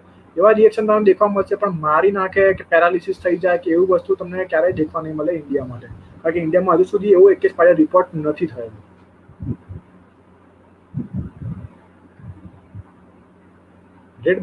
રેડબેક સ્પાઈડર ઘણી બધી જગ્યાએ દેખવા મળે છે. હવે રેડબેક સ્પાઈડર એટલે મેં તમને જેમ વાત કરી કે લેટ્રોડેક્ટસ મેકેન્ટન્સ, એટલે જે ડેડલી સ્પાઈડર છે જે ઇન્ડિયામાં દેખવા નથી મળતો. ઇન્ડિયામાં દેખવા મળે છે લેટ્રોડેક્ટસ હસેલ્ટી છે, જે લેટ્રોડેક્ટસ મેકેન્ટન્સ જેવો જ દેખાય છે, પણ એનું કોમન મેઇન વસ્તુ શું કે એમના બંનેના કોમન નામ સરખા છે. એટલે ઘણા બધા લોકો અફવા એવી ફેલાવે છે કે આ સ્પાઈડર બહુ ડેડલીએસ્ટ છે અને આનામાં ઝેર વધારે હોય છે, માણસને કરડે તો મરી જાય છે. એ વસ્તુ નથી હોતી. અને પહેલા ઘણો બધો ઓસ્ટ્રેલિયાથી આવેલો છે આ સ્પાઈડર, અને આપણે અહીંયા વસેલો છે, એટલે ઘણા બધા જગ્યાએ હવે તો દેખવા મળે છે. પહેલા ઘણા બધા કહેતા હતા કે બહુ જ રેર છે. હવે એવું રેર જેવું રહ્યું નથી, ઘણી બધી જગ્યાએ દેખવા મળે છે. ઇવન મારા ઘરમાં બી મેં રિપોર્ટ કરેલો છે સેમ સ્પીસીસ લેટ્રોડેક્ટસ હસેલ્ટી. અને મોસ્ટલી ગુજરાતના જે મોટા મોટા જેટલા ડિસ્ટ્રિક્ટ છે બધા જ ડિસ્ટ્રિક્ટમાં સ્પીસીસમાં મેં રેકોર્ડ કરેલી છે.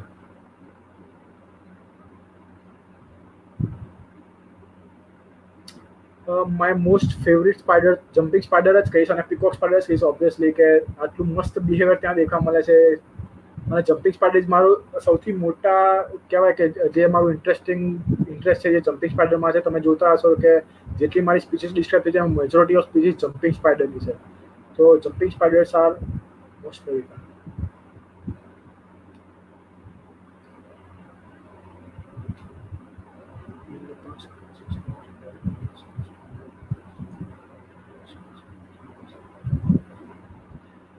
હા એટલે એક સર છે એવું કહે છે કે ઘણા બધા પાસ્ટના જેટલા ઘણી બધી સ્પીસીસ ડિસ્ક્રાઇબ થઈ છે એના ડ્રોઈંગ બહુ ખરાબ છે અને જેના મેં તમને કીધું કે મ્યુઝિયમમાં જે સ્પેસિમેન ડિપોઝિટ કરવા જોઈએ એ સ્પીસીસમાં એ બી એમને પેપરની અંદર નથી કરેલું. તો એ અત્યારે જે આપણી જનરેશનને છે એના માટે બહુ મોટો પ્રોબ્લેમ કહી શકાય. હવે પ્રોબ્લેમને કરવા માટે હવે જેટલા બી પેપર પહેલાના સમયમાં ડિસ્ક્રાઇબ થયેલા છે ઇન્ડિયાથી એ લોકો એવું કીધું છે કે જેટલા બી સ્પેસિમેન છે મોટા મોટા સ્પેસિમેન છે એ બધા ZSIM એટલે ઝૂઓલોજીકલ સર્વે ઓફ ઇન્ડિયા કોલકાતામાં એ લોકોએ ડિપોઝિટ કરેલા છે. પણ ઘણા ઝૂઓલોજીકલ સર્વે ઓફ ઇન્ડિયામાં ઘણા બધા કદાચ ત્યાં સ્પેસિમેન નથી બી ખરા એટલે તમારે શું કરવું પડે કે આપણે ત્યાં ઝૂઓલોજીકલ સર્વે ઓફ ઇન્ડિયામાં ત્યાં જવું પડે અને એમના જે ડ્રોઈંગ એકદમ ખરાબ ક્વોલિટીના ડ્રોઈંગ એમના પેપરમાં રિસર્ચ પેપરમાં આપેલા છે એના માટે આપણે ફરીથી એ સ્પીસીસને ફરીથી ડિસ્ક્રાઇબ કરવાની રહેશે એકદમ સારા ડ્રોઈંગથી અને સારી મેથોડોલોજીથી. તો આવું કરીશું તો આગળ થઈ શકશે અને ઘણા બધા અમે બી અને અમારા કલીગ બી ઘણા બધા છે એવા કે જે ખોટું આઈડેન્ટિફિકેશન થયેલું છે એના અત્યારે અમે સુધારી રહ્યા છીએ. તો ફ્યુચરમાં વધારે જેમ સ્ટુડન્ટ્સ વધારે આવશે એમ વધારે જે ફાસ્ટ આ કામ થઈ શકશે અને તો વધારે પ્રોબ્લેમ ફટાફટ સોલ્વ થઈ શકશે. એક સારો ક્વેશ્ચન છે અત્યારે કારણ કે આ બહુ મોટો પ્રોબ્લેમ છે અત્યારે ઇલેક્ટ્રોલોજીસ્ટ માટે ઇન્ડિયાના કારણ કે ઘણા બધા પ્રોબ્લેમ એવા છે કે જે પહેલાના સાયન્ટિસ્ટો ડિસ્ક્રાઇબ કરી ચૂકેલા છે ઓલરેડી પણ એમના સ્પેસિમેન અવેલેબલ નથી ઓબ્ઝર્વ કરવા માટે. તો એક મોટો પ્રોબ્લેમ કહી શકાય.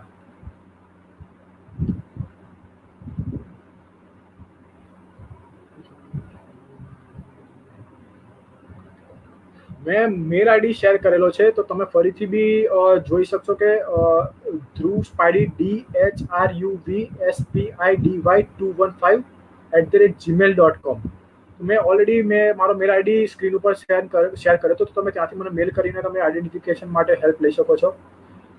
નહીં તમે ફેસબુકથી તમે કનેક્ટ કરી શકો છો. હા રેડ બેક સ્પાઈડરમાં વેનેગ્લેન્ટ હોય છે ખાલી એક જ સ્પાઈડર મેં જેમ કીધું કે ટોટલ આખા વર્લ્ડમાં 120 ફેમિલી છે. 120 ફેમિલીમાંથી એક જ ફેમિલી એવી છે કે જેનું નામ છે યુલોબોરિડી. એ યુલોબોરિડી બી આપણા ગુજરાતમાં બહુ કોમનલી અવેલેબલ છે. એ ખાલી યુલોબોરિડી ફેમિલીમાં જ વેનમ ગ્લેન્ડ નથી હોતી બાકી દરેક સ્પાઈડરમાં વેનમ ગ્લેન્ડ હોય છે.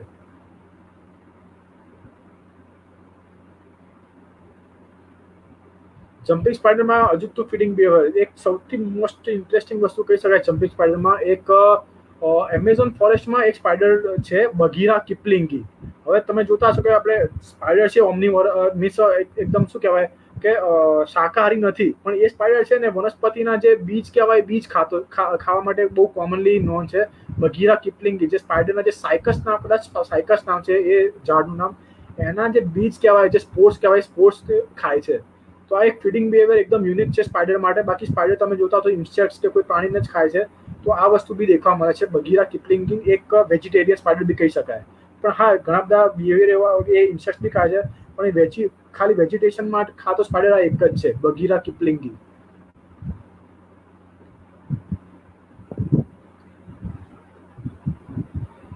નેક્સ્ટ કાસ્ટિંગ સ્પાઈડરનું અત્યારે હાલની તારીખમાં તમારે જોવું હોય તો તમે ડાંગમાં જતા રહો વાસના નેશનલ પાર્કમાં મેં કલેક્ટ કર્યો છે નેક્સ્ટ કાસ્ટિંગ સ્પાઈડર.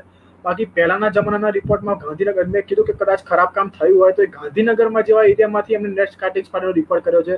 હવે એ સાચો છે કે કેમ એક બહુ મોટો ક્વેશ્ચન છે. બાકી નેક્સ્ટ કાસ્ટિંગ સ્પાઈડર છે જે એકદમ ગીચ જે આપણે ફોરેસ્ટ કહીએ એકદમ થીક ફોરેસ્ટમાં એ અવેલેબલ હોય છે અને નોક્ચરનલ સ્પાઈડર છે એટલે તમે રાતના તમે જોવા જશો તો વધારે ઇઝીલી તમને મળી શકશે. લટકતા ઝાડ ઉપર લટકતા હોય છે સ્પાઈડર તો લટકતા ઇઝીલી તમે રાતે ઓબ્ઝર્વ કરી શકશો. અગર તમે ડાંગ સાઈડ તમે જશો રાતે ટ્રેલમાં નીકળશો તો તમને આ સ્પાઈડર કદાચ જોવા મળી શકશે.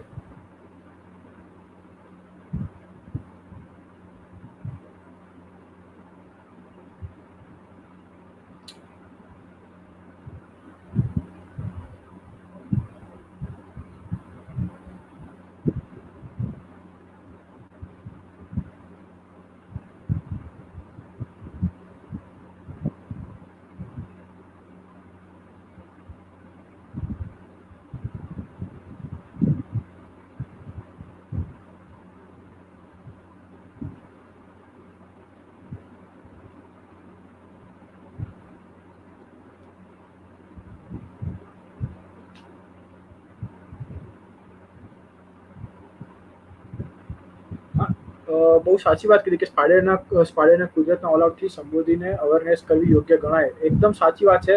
પણ હવે ઇન્ડિયામાં ક્યારે પોસિબલ થશે? આપણા જે કન્ઝર્વેશનાલિસ્ટ છે હવે ક્યારે જાગશે સ્પાઈડર માટે મને ખબર નથી, કારણ કે ઘણા બધા જ્યારે હું સ્પાઈડર પાસે જે કોઈ સેમિનાર હોય છે ત્યાં સ્પાઈડરની વાત કરું ત્યારે ઘણા બધા લોકો મને એવું કહેતા હોય છે કે કીડા મકોડાથી શું કરી શકાય, પણ કીડા મકોડા જે કરશે બીજું કોઈ નહીં કરી શકે, સિંહ વાઘ નહીં કરી શકે. તો જ્યારે હવે આનું ઇમ્પોર્ટન્સ એ બધાને થશે તો આ વસ્તુ પોસિબલ છે. અને આનું ઇંગ્લિશ રાઇમ્સમાં બી એક મસ્ત એક પોએટ્રી છે, એમાં જે લોકોએ કીધું છે કે if you wish to live and thrive then let a spider run alive. તમારે સારી રીતે જીવવું છે તો સ્પાઈડરને જીવતો જવા દો, એનો પ્રોટેક્ટ કરો તો જ તમે સારી રીતે જીવી શકશો, નહીં તો તમારું આગળનું જીવન બહુ જ ખરાબ થવાનું છે અને દુકાળ જેવી પરિસ્થિતિ આવશે જો સ્પાઈડર નહીં હોય તો.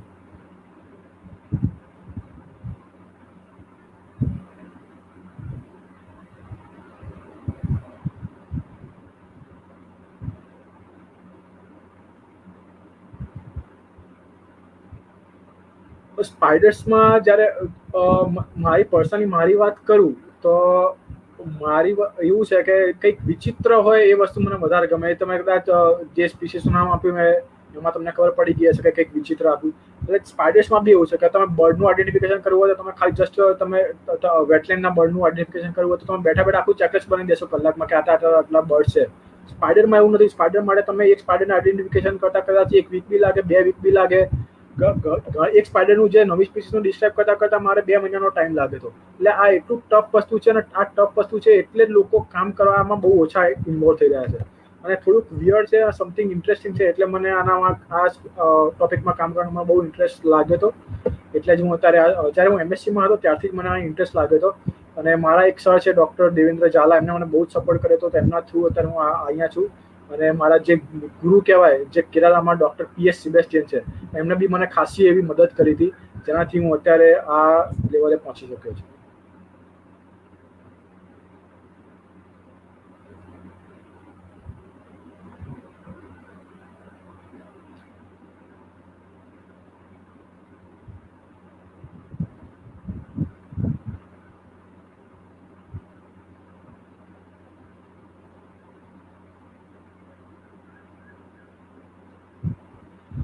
ગુજરાતમાં મળતા હોય એવા રેર સ્પાઈડર. ગુજરાતમાં સ્પાઈડરમાં એવું છે કે તમે ડાંગમાં જાઓ કે કોઈ બી જંગલોમાં જાઓ અને તમે 100 સ્પાઈડરના સ્પેસિમેન કલેક્ટ કરો છે તો એમાંથી કદાચ 50 સ્પેસિમેન્સ એવા હશે કે જે રેર હશે અને જેની બધાને ખબર બી નથી કે આ સ્પાઈડર ગુજરાતમાં છે કે નહીં. એવા મારી પાસે ઘણા બધા એક્ઝામ્પલ છે કે જે ગુજરાતમાં સાયન્ટિફિકલી રિપોર્ટેડ છે જ નહીં અને એ ત્યાં જોવા મળે છે. તો ધીરે ધીરે કરીને એ રેકોર્ડ્સ હું બહાર લાવી રહ્યો છું. એટલે વસ્તુ એવી છે કે જેમ વધારે લોકો કામ કરશે એમ વધારે કંઈક નવું જાણવા મળશે. એ ખાલી આપણા ગુજરાતમાં વાત કરીએ તો બહુ ઓછા લોકો કામ કરી રહ્યા છે. એટલે જેમ વધારે કામ કરશો તો કંઈક નવું જાણવા મળશે અને ફટાફટ કામ થશે. તો જેમને જેમ વધારે તમે લોકો સ્પાઈડરની ટેક્સોનોમીની ફિલ્ડમાં આવશો એમ વધારે સારું છે. કારણ કે રેર વસ્તુ સ્પાઈડર માટે બહુ જ કોમન છે. કારણ કે ઇન્ડિયા માટે બી નવા રેકોર્ડ ઘણા બધા એવા છે કે જે આપણા ત્યાં ગુજરાતમાં જ અવેલેબલ છે પણ સાયન્ટિફિકલી રિપોર્ટેડ નથી. એટલે ખાલી ગુજરાત માટે નહીં, ઇન્ડિયા માટે બી રેર છે, આખા વર્લ્ડ માટે બી રેર છે. ઘણા બધી નવી સ્પીસીસ બી તમારા ઘરની આસપાસ દેખવા મળે છે જે આખું વર્લ્ડ નથી જાણતું. એટલે એના માટે કામ કરશો તો તમે બી આ ફિલ્ડમાં આગળ આવી શકો છો અને કંઈક નવું દુનિયાને આપી શકો છો અને દુનિયાને મદદરૂપ થઈ શકો છો. અને હું તો એવું જ માનું છું કે ઇન્ડિયામાં તમે કામ કરશો, ઇન્ડિયા આ ફિલ્ડમાં ઘણું પાછળ છે તો તમે આગળ આવશો તો ઇન્ડિયાને બી મદદરૂપ થશે. ઇન્ડિયા બી રિસર્ચમાં ઘણું આગળ વધી શકશે.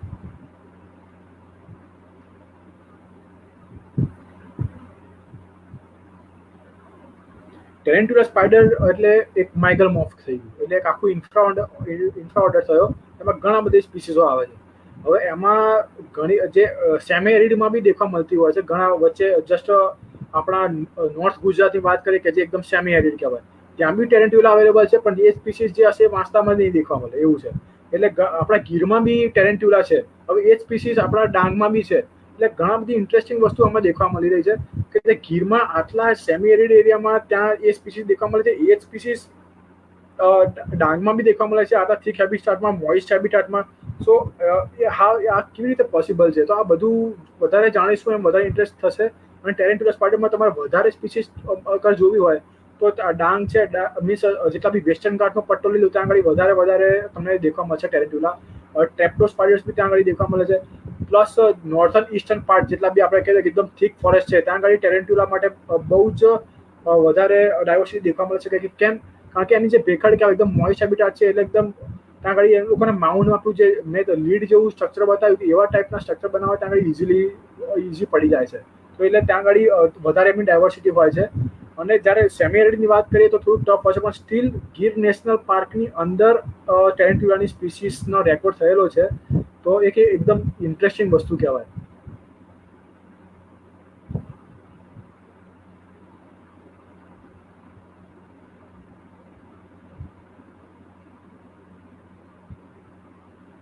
સ્પાઈડર કન્ઝર્વેશન માટે હા એટલે વધારેમાં વધારે જાગૃતિ અવેરનેસ ફેલાવી એ જ એક અત્યારે તો સૌથી મોટો મોટિવ છે સ્પાઈડર કન્ઝર્વેશન માટે. ઘણા બધા જે અત્યારે નાના નાના આપણા સ્પાઈડર્સ નતું હોતા કારણ કે એની પોપ્યુલેશન વધારે હોય છે, પણ જ્યાં ટેરેન્ટ્યુલાની વાત આવે તો ડાંગમાં ઘણા બધા ઝીણા ઝીણા સ્પાઈડર્સ બી હોય છે અને મોટા ટેરેન્ટ્યુલાસ બી હોય છે. તો નાના નાના ગામોમાં તમે આપણે અવેરનેસ ફેલાવીએ કે આ સ્પાઈડર્સને મારવા ના જોઈએ, બચાવી રાખવા જોઈએ, કારણ કે મોટો ઓબ્વિયસ છે કે તમારા ઘરની અંદર બહુ મોટો સ્પાઈડર આવશે તો તમે ઘણા બધા લોકોને મારી નાખતા હોય છે. એટલે ગામડામાં આપણે મેઇન અવેરનેસ ફેલાવીએ કે આપણા સ્પાઈડરો આપણા કેવી રીતે મદદરૂપ છે, એમને બચાવવા જોઈએ, તો કદાચ સ્પાઈડરનું કન્ઝર્વેશન થઈ શકે છે. અને આપણે સૌથી મોટો જે થ્રેટ છે એ જે મોટા સ્પાઈડર છે, જે માઉસ સ્પાઈડર છે, માઇકલ માઉસ છે, ટેરેન્ટ્યુલા છે, એ લોકો માટે છે. તો એનો હેબિટાટ સ્પાઈડરને સૌથી મોટું જોખમ ક્યાં છે, એનું હેબિટાટ ડિસ્ટ્રક્શન થશે, ફ્રેગમેન્ટેશન થશે, તો ત્યાં એનું સૌથી મોટો એક જોખમ છે. તો આપણે એમના હેબિટાટને બચાવીશું તો ઓટોમેટિક આપણે સ્પાઈડર કન્ઝર્વ કરી શકીશું. સ્પાઈડર કન્ઝર્વ કરવા માટે આ ગવર્મેન્ટ થ્રુ બી સારા એવા પગલાં લેવા જોઈએ, પ્લસ આપણે બી એનજીઓ તરીકે બી ઘણા બધા સ્પાઈડરમાં અવેરનેસ ફેલાવી શકીએ અને માણસ વચ્ચે જાગૃતિ લાવી શકીએ છીએ. અને સ્પાઈડરમાં તમે જ્યારે આપણે કોઈ બી કન્ઝર્વેશન કે કોઈ બી વસ્તુમાં આપણે ધર્મ ઘુસાડી દઈએ તો મીન્સ કોઈ રિલિજિયસ વસ્તુ ઘુસાડીએ તો તરત સામેની પબ્લિકને આપણે કન્વિન્સ કરી શકતા હોય છે. એવી રીતે ઘણા બધા લોકો જોડે જ્યારે વાત થાય ત્યારે એક બુઝુર્ગ જોડે મીન્સ એક દાદા હતા, એમની જોડે મારી વાત થઈ હતી. તો એમણે એવું કીધું કે મેં એક ગ્રંથ વાંચતો તો એની અંદર એવું હતું કે સ્પાઈડરને ભગવાન જોડે સરખાવવામાં આવે છે. એટલે મને થોડોક ઇન્ટરેસ્ટ આવ્યો કે આવું કેવી રીતે બને. એટલે એમણે રિપ્લાય આપ્યો કે સ્પાઈડર જે છે એ ભગવાન જે છે એ કેવું એવી રીતે જાણીતા છે કે જે એની રચના કરે છે અને એ રચનાને તોડી બી નાખે છે, એનો નાશ બી કરે છે અને ફરીથી એવી રચના બનાવી શકે છે. અને એ જ વસ્તુ સ્પાઈડરમાં બી છે કે સ્પાઈડર પોતાનું જાળું બનાવે છે, ફરીથી સવારે સમેટી રાતે જાળું બનાવે, સવારે એ જાળું સમેટી લે છે અને ફરીથી રાતે એવું ને એવું જાળું ફરીથી બનાવે છે. એટલે આના કારણે રચનાત્મક એ બી સ્પાઈડર બી એવો ભગવાનની જેમ રચનાત્મક છે. તો એ ગ્રંથમાં સ્પાઈડરને ભગવાનની જોડે સરખાવવામાં આવે છે. હવે આપણે ઘણા બધા બોલિવૂડ હોલિવૂડ મૂવી જોતા હોય છે, એમાં સ્પાઈડરને એવી રીતે ચિતરવામાં આવે છે કે ભૂત બંગલામાં રહેતા હોય ને એવી રીતે ચિતરવામાં આવે છે, એકદમ ખરાબ ક્રિએચર તરીકે ચિતરવામાં આવે છે. પણ એકચ્યુઅલી તમે સારી રીતે બી જોશો તો આવા ગ્રંથોમાં બી સ્પાઈડરનો ઉલ્લેખ છે. તો આવી રીતે બી તમે આપણે માણસોને કન્વિન્સ કરી શકીએ છીએ કન્ઝર્વ કરવા માટે સ્પાઈડર્સ.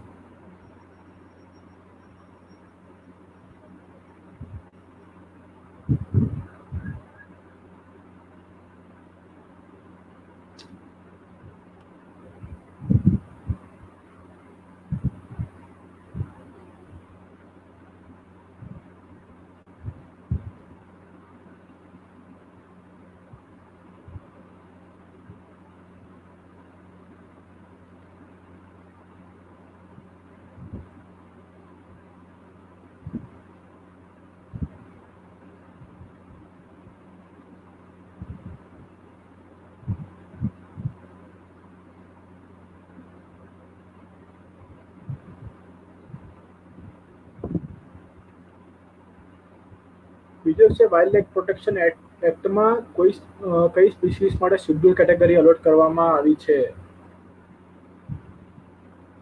મેં જણાવ્યું કે ઇન્ડિયામાં વાઇલ્ડ લાઇફ પ્રોટેક્શન એક્ટ છે. ઇન્ડિયામાં હજુ એક સ્પીસીસ આવી કોઈ એક છે જ નહીં કે વાઇલ્ડ લાઇફ પ્રોટેક્શન એક્ટમાં શેડ્યુલ કરવામાં આવેલ છે.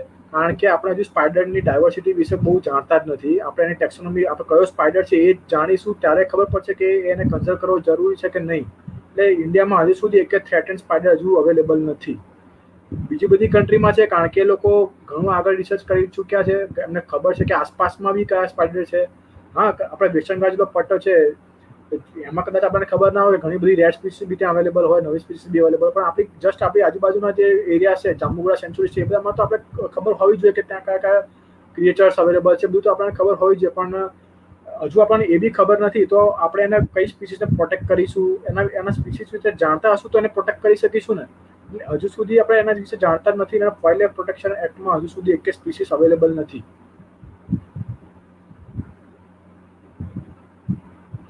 Does spider migrate or not? અત્યારે મીન્સ માઇગ્રેટ એટલે જેમ બર્ડ્સ માઇગ્રેટ કરે છે એવી રીતે સ્પાઈડર માઇગ્રેટ નથી કરતા, પણ ઘણા બધા કોઈ આવી રીતે જેમ રેડબેક સ્પાઈડરની વાત છે, લેટોડેક્ટિસ સોસાયટીની વાત છે, જે ઓસ્ટ્રેલિયાથી અહીંયા આવેલો છે, કેવી રીતે આવે એટલે એવી રીતે ડિસ્પર્સ થયેલા છે કોઈ કારણોસર, કોઈ જહાજમાં આવી ગયા હોય કે કોઈ મોટી ઘણી બધી થિયરી બી છે ડિસ્ટ્રીબ્યુશન માટેની, કે જે જો સૌથી મોટું અટેચમેન્ટ છે આફ્રિકા અને ઇન્ડિયા. અગર તમે સૌથી બહુ વર્ષો પહેલા આફ્રિકા અને ઇન્ડિયા અટેચ હતું, તો એ વખતે ઘણી બધી જે સ્પીસીસ છે ઇન્ડિયામાં, એ જ સ્પીસીસના જીનસની જે ફેમિલી ને નિયર બાય જે રિલેટિવ છે એ આફ્રિકામાં બી અવેલેબલ છે. મેં એક સ્પીસીસ ડિસ્ક્રાઇબ કરી હતી 2016માં, કંબાલિડા, એનું જીનસનું નામ કંબાલિડા હતું, અને એની 2 નવી સ્પીસીસ ઇન્ડિયામાંથી ડિસ્ક્રાઇબ કરી હતી. હવે એ જીનસ આખા વર્લ્ડમાં ખાલી આફ્રિકામાં જ દેખવા મળે છે, અને આપણે ઇન્ડિયામાં પહેલી વખત દેખવા મળ્યું કંબાલિડા નામનું જીનસ. તો એ કેવી રીતે પોસિબલ થયું? કારણ કે પહેલા આફ્રિકા અને એ ઇન્ડિયા અટેચ હતું.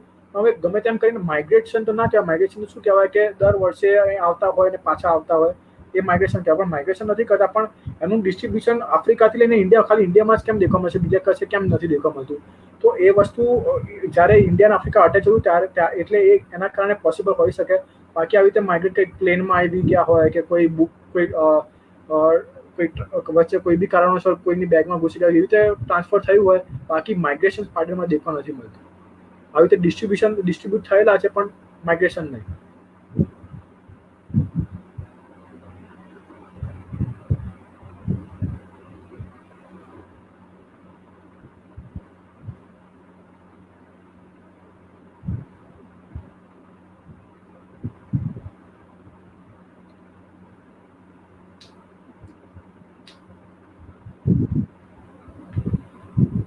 હા, કારણ કે ભાઈ તમે ગુજરાતની વાત કરશો તો ગુજરાતમાં કેટલા પ્રોફેસર્સ અવેલેબલ છે કે જે સ્પાઈડર ઉપર રિસર્ચ કરાવી શકે. તમે સારું રિસર્ચ, ખાલી રિસર્ચ એટલે કોઈ સ્ટુડન્ટને પીએચડીમાં લીધો અને પછી એને રિસર્ચ કરવા કોઈ ટોપિક આપી દીધો, અને જેમાં કોઈ જ રીતે મદદરૂપ ના થાય, કે એમને આઈડેન્ટિફિકેશનની મેથોડોલોજી બી કદાચ ખબર હોય કે ખબર ના હોય, એ વસ્તુ છે.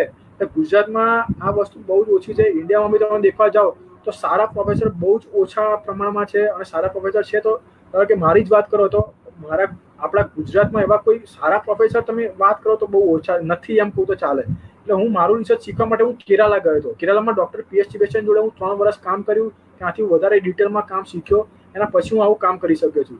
એટલે આપણે ઇન્ડિયામાં આ બધી બહુ રેર છે, આ શીખવાડવાળા બહુ રેર છે.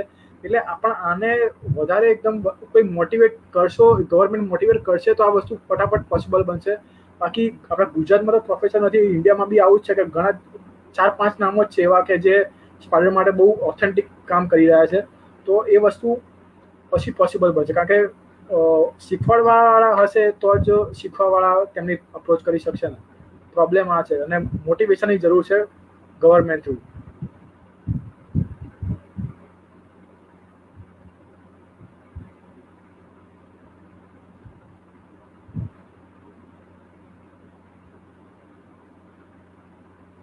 એલિયન સ્પીસીસ એટલે જેમ બહારની સ્પીસીસ તમે કહેતા હો કે એને અફેક્ટ કરે, તો અફેક્ટ કરી બી શકે છે અને ના બી કરે. હવે એના માટે ઇકોલોજીકલ સ્ટડી કરવું પડે. આપણે ઘણા બધા વર્ષો માટે એને સ્ટડી કરવું પડે, અને આજુબાજુના હેબિટાટને એની આજુબાજુના સ્પીસીસને કેવી રીતે હાર્મફુલ થાય છે કે પ્રોટેક્ટિવ થાય છે, એ બધું જોવું પડે. એના પછી આ કહી શકાય. અને દરેક સ્પીસીસ માટે એવું નથી હોતું કે કદાચ કોઈ ફાયદારૂપ બી થાય અને કદાચ ના ફાયદારૂપ બી થાય.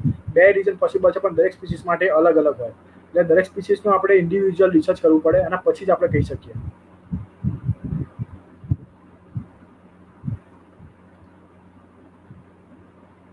ધ સ્પાઈડર, હા, સ્પાઈડર સર્વાઈવ ખાલી વીક નહીં, મહિનાઓ બી કાઢી શકે ઇઝીલી. ઘણા બધા સ્પાઈડર તમે એક સ્પાઈડરને એક કન્ટેનરમાં તમે મૂકો તો એને તમે ઘણા મહિના સુધી 2-3 મહિના સુધી મારી પાસે એક સ્પેસિમેન હતું, તો ખાલી આ જ જોવા માટે 2.5 મહિના ઉપર સ્પેસિમેન વગર ખાધે એને સર્વાઈવ કર્યું હતું. એટલે પોસિબલ છે આ વસ્તુ. કારણ કે હવે જ્યારે એક પેરેન્ટલ કેરની વાત કરી તો એ લોકો 15 દિવસ તો ઓટોમેટિક ખાલી બચ્ચા બહાર આવતા એ લોકો ઇઝીલી લઈ લે. એક તો એમને મોઢામાં જ એક પગી લાવે છે તો ખાઈ કેવી રીતે શકશે એ લોકો? એટલે જ્યાં સુધી બચ્ચા બહાર નહીં આવે ત્યાં સુધી તો એ લોકો ખાવાના નથી. તો 15 થી 20 દિવસ એ લોકો માટે બહુ નોર્મલ વસ્તુ કહેવાય.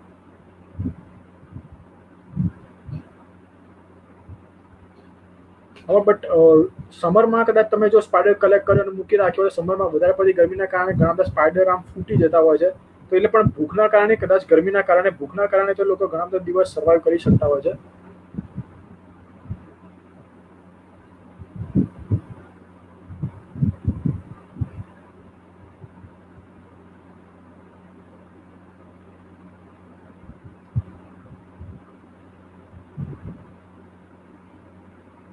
Obviously, Jayeshbhai, I am ready and thank you very much.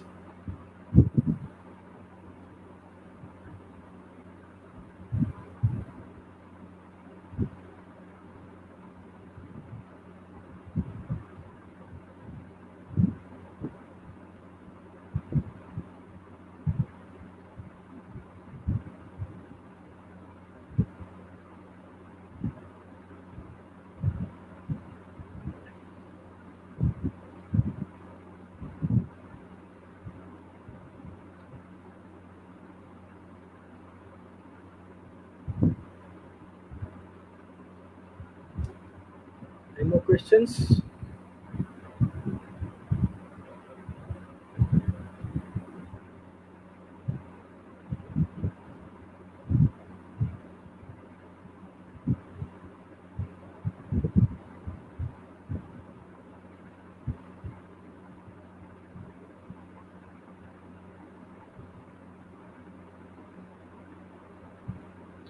Okay, thank you very much, all of you. Stay safe, stay at home. And by એવા કોઈ બી પ્રોબ્લેમ સ્પાઈડર વિશે હોય તો તમે મારો ફ્યુચરમાં કોન્ટેક્ટ કરી શકો છો, Facebook through, mail ID through. So see you later and thank you very much.